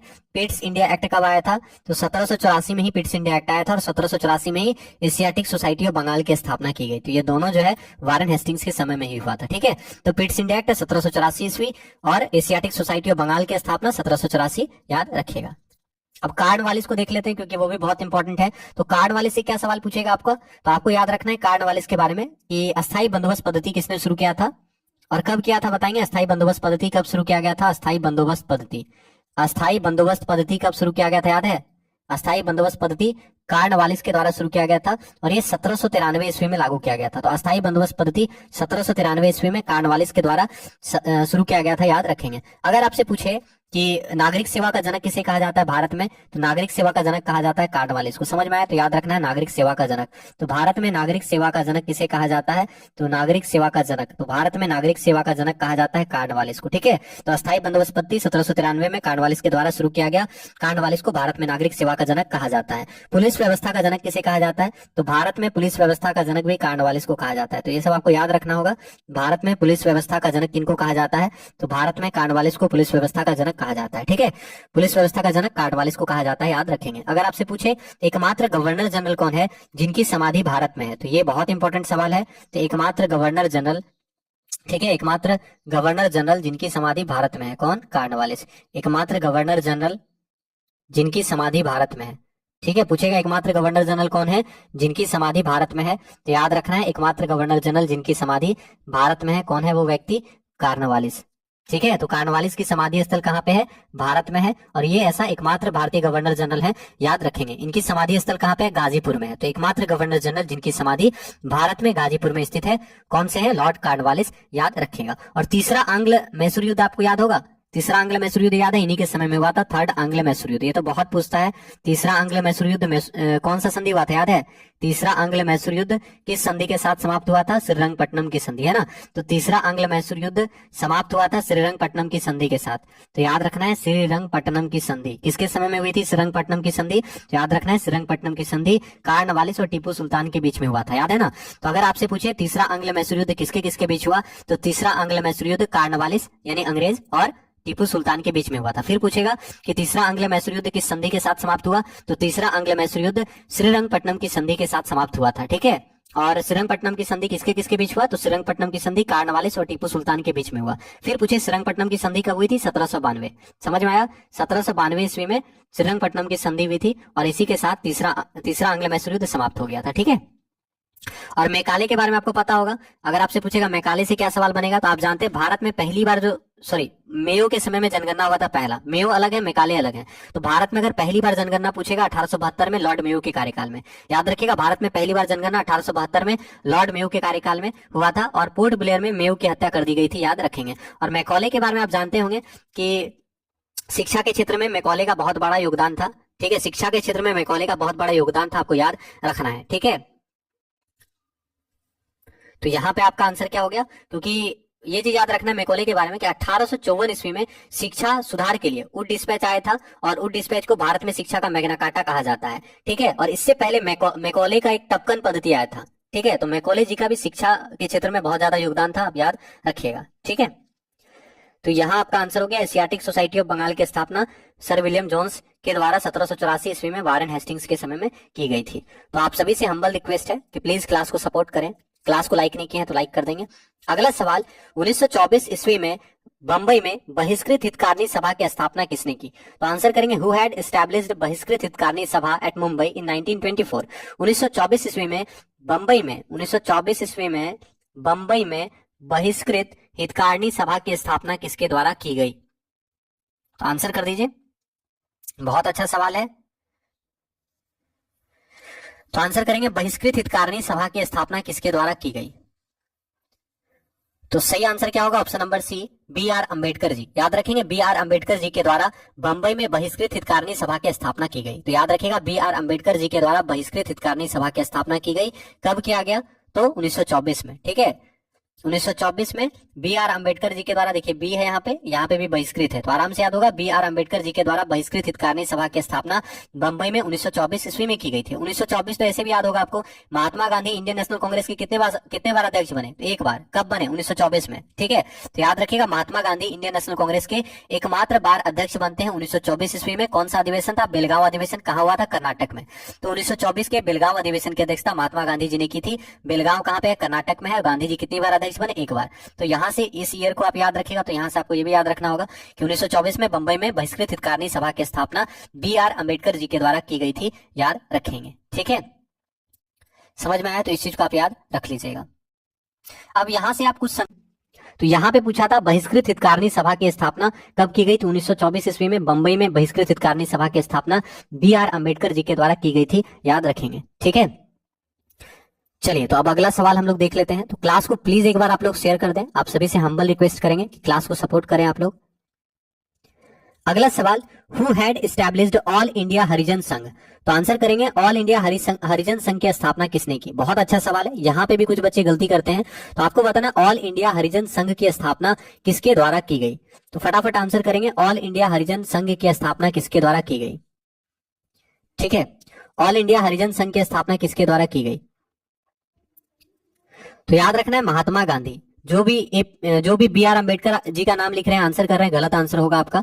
याद रखना है ऑल इंडिया हरिजन संघ की स्थापना महात्मा गांधी जी के द्वारा की गई थी। ठीक है, तो ऑल इंडिया हरिजन संघ की स्थापना किसने की, तो याद रखेंगे ऑल इंडिया हरिजन संघ की स्थापना महात्मा गांधी जी के द्वारा की गई थी, याद रखेंगे। अगर आपसे पूछे हरिजन नाम किसने दिया, दलित वर्गों को हरिजन नाम किसने दिया, तो याद रखना है बहुत इंपॉर्टेंट सवाल है, दलित वर्गों को हरिजन कहा। आपसे पूछेगा एग्जाम में कि दलित वर्गों को हरिजन कहा, दलित वर्गों को हरिजन किसने कहा, तो याद रखना है महात्मा गांधी ने कहा। यहीं पे लिखा है, तो दलित वर्गों को हरिजन नाम किसने दिया, तो महात्मा गांधी ने दिया, याद रखेंगे। ठीक है, अगर आपसे पूछे हरिजन सेवक संघ की स्थापना किसने की, तो महात्मा गांधी ने हरिजन सेवक संघ की स्थापना की थी। इसके अलावा हरिजन साप्ताहिक पत्रिका का संपादन किसने किया, याद है हरिजन पत्रिका का संपादन किसने किया, तो महात्मा गांधी। बहुत सारा पत्रिका गांधी जी के द्वारा चलाया गया था, तो अगर आपसे पूछे हरिजन पत्रिका का संपादन किसने किया, महात्मा गांधी, याद रखिएगा। कब किया था पता है आपको, 1932 में ही किया था। ठीक है, तो हरिजन नामक साप्ताहिक पत्रिका का संपादन महात्मा गांधी जी ने किया था, याद रखेंगे। ठीक है, तो ऑल इंडिया हरिजन संघ की स्थापना का श्रेय महात्मा गांधी को जाता है, याद रखेंगे।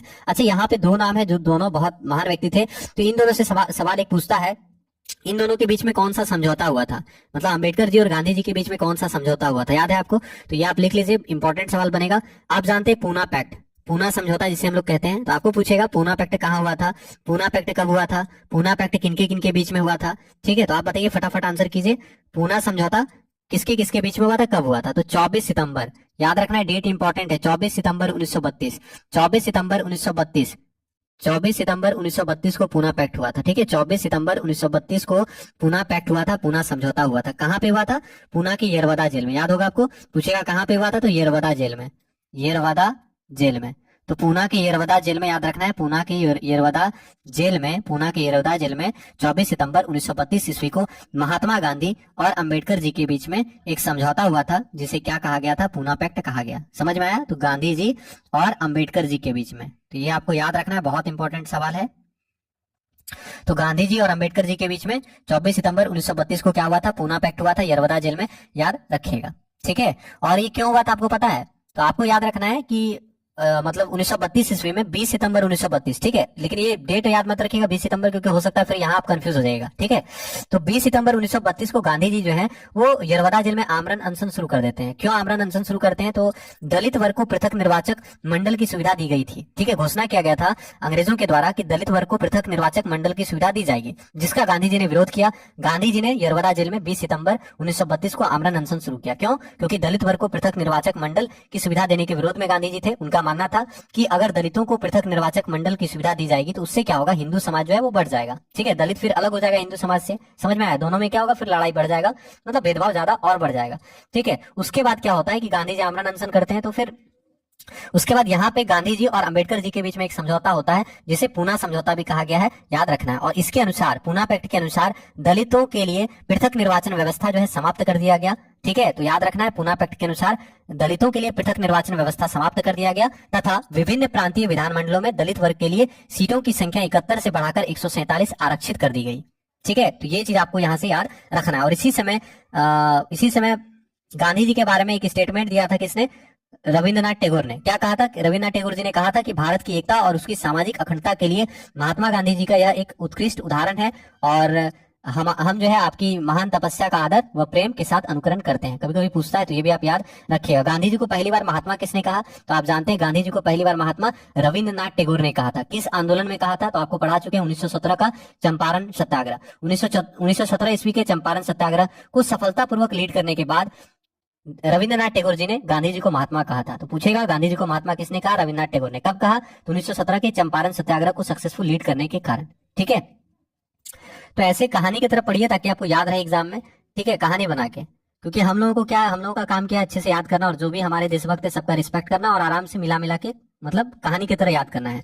तो ऑल इंडिया हरिजन संघ की स्थापना का श्रेय महात्मा गांधी को जाता है, याद रखेंगे। अब यहाँ से आपका सवाल पूछेगा गांधी जी के द्वारा कौन कौन सा पत्रिका चलाएगा। तो हरिजन पत्रिका का संपादन किसने किया, गांधी जी ने किया। अगर आपसे पूछेगा नवजीवन पत्रिका, नवजीवन पत्रिका का संपादन किसने किया, तो नवजीवन क्या है, पत्रिका है।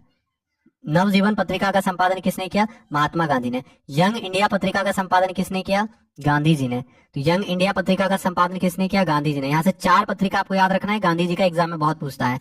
तो यंग इंडिया पत्रिका गांधी जी, नवजीवन पत्रिका गांधी जी, हरिजन पत्रिका गांधी जी, ठीक है। और इंडियन ओपिनियन पत्रिका पूछेगा तो ये भी गांधी जी के द्वारा। अफ्रीका में महात्मा गांधी ने इंडियन ओपिनियन पत्रिका का संपादन किया था, ठीक है। तो ये भी याद रख लीजिएगा, इंडियन ओपिनियन लिख लीजिएगा आपने कि इंडियन ओपिनियन, नवजीवन, यंग इंडिया और हरिजन पत्रिका का संपादन महात्मा गांधी जी के द्वारा किया गया था। महात्मा गांधी ने ऑल इंडिया हरिजन संघ की स्थापना की थी, याद रखेंगे, ठीक है। ऑप्शन बी आपका सही आंसर हो जाएगा। तो आप सभी से हम्बल रिक्वेस्ट है, प्लीज क्लास को लाइक नहीं किए हैं तो लाइक कर देंगे। अगला सवाल, सामाजिक धार्मिक संगठन तत्वबोधिनी सभा का प्रारंभ किसने किया था। आंसर करेंगे, सामाजिक धार्मिक संगठन तत्वबोधिनी सभा का प्रारंभ किनके द्वारा किया गया। तत्वबोधिनी सभा का प्रारंभ, मोस्ट इंपॉर्टेंट सवाल है, तत्वबोधिनी सभा की स्थापना किसके द्वारा की गई। तो आपको याद होगा, याद रखना है कि राजा राम मोहन राय जी की मृत्यु कब हुआ था, आपको पता है राजा राम मोहन राय जी की मृत्यु कब हुई थी। तो राजा राम मोहन राय जी के द्वारा तो ब्रह्म समाज की स्थापना की गई थी, और राजा राम मोहन राय जी की मृत्यु 1833 ईस्वी में हुई थी। कहाँ पे, क्यों बता रहे हैं, क्योंकि ये इंपॉर्टेंट है। 1833 में राजा राम मोहन राय जी की मृत्यु हुई थी भारत से बाहर। कहाँ पे हुआ था, ब्रिस्टल में। ब्रिस्टल कहाँ पे, इंग्लैंड में है, तो ब्रिस्टल इंग्लैंड में, ठीक है। तो याद रखना है, राजा राम मोहन राय जी की मृत्यु 1833 ईस्वी में इंग्लैंड के ब्रिस्टल में हुई। तो राजा राम मोहन राय जी की मृत्यु के पश्चात देवेंद्र नाथ टैगोर ने ब्रह्म समाज का नेतृत्व किया था। तो ये सवाल पूछेगा कि ब्रह्म समाज की स्थापना किसने किया, राजा राम मोहन राय, ठीक है। और राजा राम मोहन राय जी की मृत्यु हो जाती है 1833 ईस्वी में, कहां पे, इंग्लैंड के ब्रिस्टल में। अब राजा राम मोहन राय जी की मृत्यु के बाद ब्रह्म समाज को लीड किसने किया, समझ में आया, देवेंद्र नाथ टैगोर। तो पहला तो ये सवाल लिखना है आपको कि राजा राम मोहन राय की मृत्यु के बाद, यहीं पे हम लिख दे रहे हैं, राजा राम मोहन राय की मृत्यु के बाद, ये सवाल पूछता है एग्जाम में, तो ध्यान रखिएगा, राजा राम मोहन राय की मृत्यु के बाद ब्रह्म समाज को लीड किया, ब्रह्म समाज को लीड किया, याद रखना है, ब्रह्म समाज का नेतृत्व किया। तो आपसे पूछेगा राजा राम मोहन राय की मृत्यु के बाद ब्रह्म समाज का नेतृत्व किसने किया। तो याद रखिएगा, राजा राम मोहन राय की मृत्यु के बाद ब्रह्म समाज को सफलतापूर्वक लीड किया था देवेंद्र नाथ टैगोर ने। समझ में आया, अब इन्हीं के द्वारा, समझ में आ रहा है। तो राजा राम मोहन राय जी की मृत्यु के बाद ब्रह्म समाज का नेतृत्व किया था देवेंद्र नाथ टैगोर ने, और देवेंद्र नाथ टैगोर जी के द्वारा ही तत्वबोधिनी सभा का स्थापना किया गया था। तो कहानी की तरह याद रखना है। तो ये दोनों क्वेश्चन जो है बहुत पूछेगा, तो आपको आराम से याद हो जाएगा। तो याद रखिएगा, राजा राम मोहन राय जी की मृत्यु 1833 ईस्वी में इंग्लैंड के ब्रिस्टल में हुई। राजा राम मोहन राय जी की मृत्यु के पश्चात देवेंद्र नाथ टैगोर ने ब्रह्म समाज को कुशलता से नेतृत्व किया। 1839 ईस्वी में तत्वबोधिनी सभा की स्थापना देवेंद्र नाथ टैगोर के द्वारा की गई। तो अगर आपसे पूछे तत्वबोधिनी सभा की स्थापना किसके द्वारा किया गया, तो देवेंद्र नाथ टैगोर के द्वारा तत्वबोधिनी सभा की स्थापना की गई 1839 ईस्वी में, याद रखेंगे। और अगर आपसे पूछे तत्वबोधिनी पत्रिका का संपादन किसने किया, तो देवेंद्र नाथ टैगोर जी के द्वारा किया गया था, ठीक है। आया समझ में ये सवाल, तो आप याद रख लीजिएगा, बहुत इंपॉर्टेंट सवाल है। तो देवेंद्र नाथ टैगोर जी के द्वारा तत्वबोधिनी सभा की स्थापना की गई थी 1839 ईस्वी में। पूछ ले डेट, मतलब ईयर पूछेगा तो 1839, ठीक है। तो क्लास को प्लीज एक बार आप लोग शेयर कर दें, आप सभी से हम्बल रिक्वेस्ट करेंगे, और क्लास को लाइक नहीं किया तो लाइक कर देंगे। 1906 में गठित डिप्रेस्ड क्लास मिशन सोसाइटी के प्रथम प्रेसिडेंट कौन थे। तो आंसर करेंगे 1906 में गठित डिप्रेस्ड क्लास मिशन सोसाइटी के प्रथम प्रेसिडेंट कौन थे, ठीक है। तो आंसर क्या होगा, चंद्रावरकर। याद रखेंगे, 1906 में गठित डिप्रेस्ड क्लास मिशन सोसाइटी के प्रथम प्रेसिडेंट कौन थे, चंद्रावरकर, ठीक है। तो 1906 में गठित हुआ था डिप्रेस्ड क्लास मिशन सोसाइटी, और इसके पहले प्रेसिडेंट कौन बने थे, चंद्रावरकर, याद रखेंगे, ठीक है। गांधी जी के गुरु कौन थे, राजनीतिक गुरु, गांधी जी के राजनीतिक गुरु थे गोपाल कृष्ण गोखले, ठीक है। अगला सवाल, जब 1833 में राजा राम मोहन राय जी की मृत्यु हुई, तो बता ही चुके ये सवाल मोस्ट इंपोर्टेंट है, नोट कर लीजिएगा। जब 1833 ईस्वी में राजा राम मोहन राय जी का निधन हुआ, तब ब्रह्म समाज का नेतृत्व किसने किया। तो याद रखिएगा, 1833 ईस्वी में राजा राम मोहन राय जी की मृत्यु ब्रिटेन के ब्रिस्टल में हुई। उसके बाद ब्रह्म समाज का नेतृत्व जो है किसने किया था, तो देवेंद्र नाथ टैगोर जी के द्वारा किया गया था। और देवेंद्र नाथ टैगोर जी ने तत्वबोधिनी सभा की स्थापना की थी 1839 ईस्वी में, ठीक है। लेकिन होता क्या है, आपको पता होगा, बाद में ब्रह्म समाज जो है बढ़ जाता है। क्यों, क्योंकि 1865 ईस्वी में देवेंद्र नाथ टैगोर और केशव चंद्र सेन जी के बीच में क्या होता है, मतभेद हो जाता है। क्या हो जाता है, मतभेद। दोनों ब्रह्म समाज से जुड़े हुए थे, ठीक है, देवेंद्रनाथ टैगोर भी और केशव चंद्र सेन जी भी, दोनों किससे, ब्रह्म समाज से जुड़े हुए थे। ठीक है, तो राजा राम मोहन राय जी की मृत्यु के बाद भी देवेंद्रनाथ टैगोर और केशव चंद्र सेन ब्रह्म समाज से जुड़े हुए थे, लेकिन होता क्या है, इन दोनों के बीच में मतभेद हो जाता है, जिसकी वजह से केशव चंद्र सेन जो है अलग हो जाते हैं। तो ये भी कभी कभी पूछता है। तो यहां से फिलहाल आंसर क्या होगा आपका, देवेंद्रनाथ टैगोर। और आपको याद रखना है कि 1865 ईस्वी में केशव चंद्र सेन और देवेंद्रनाथ टैगोर के बीच में मतभेद हो गया, जिसके कारण केशव चंद्र सेन जी ने मूल ब्रह्म समाज से अलग हो गए, यानी जो मेन ब्रह्म समाज था उससे अलग हो जाते हैं केशव चंद्र सेन, और केशव चंद्र सेन ने भारतीय ब्रह्म समाज का निर्माण किया।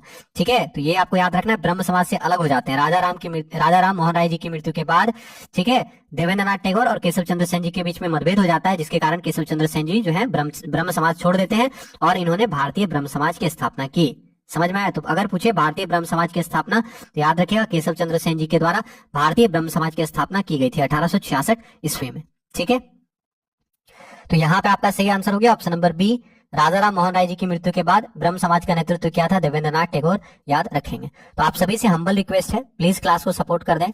अगला सवाल, 1828 में राजा राम मोहन राय द्वारा स्थापित ब्रह्म समाज को आध्यात्मिक स्वरूप किसने प्रदान किया? तो आंसर करेंगे 1828 ईस्वी में राजा राम मोहन राय जी के द्वारा ब्रह्म समाज की स्थापना की गई थी। तो ब्रह्म समाज को आध्यात्मिक स्वरूप किनके द्वारा दिया गया? ठीक है, बहुत अच्छा सवाल है।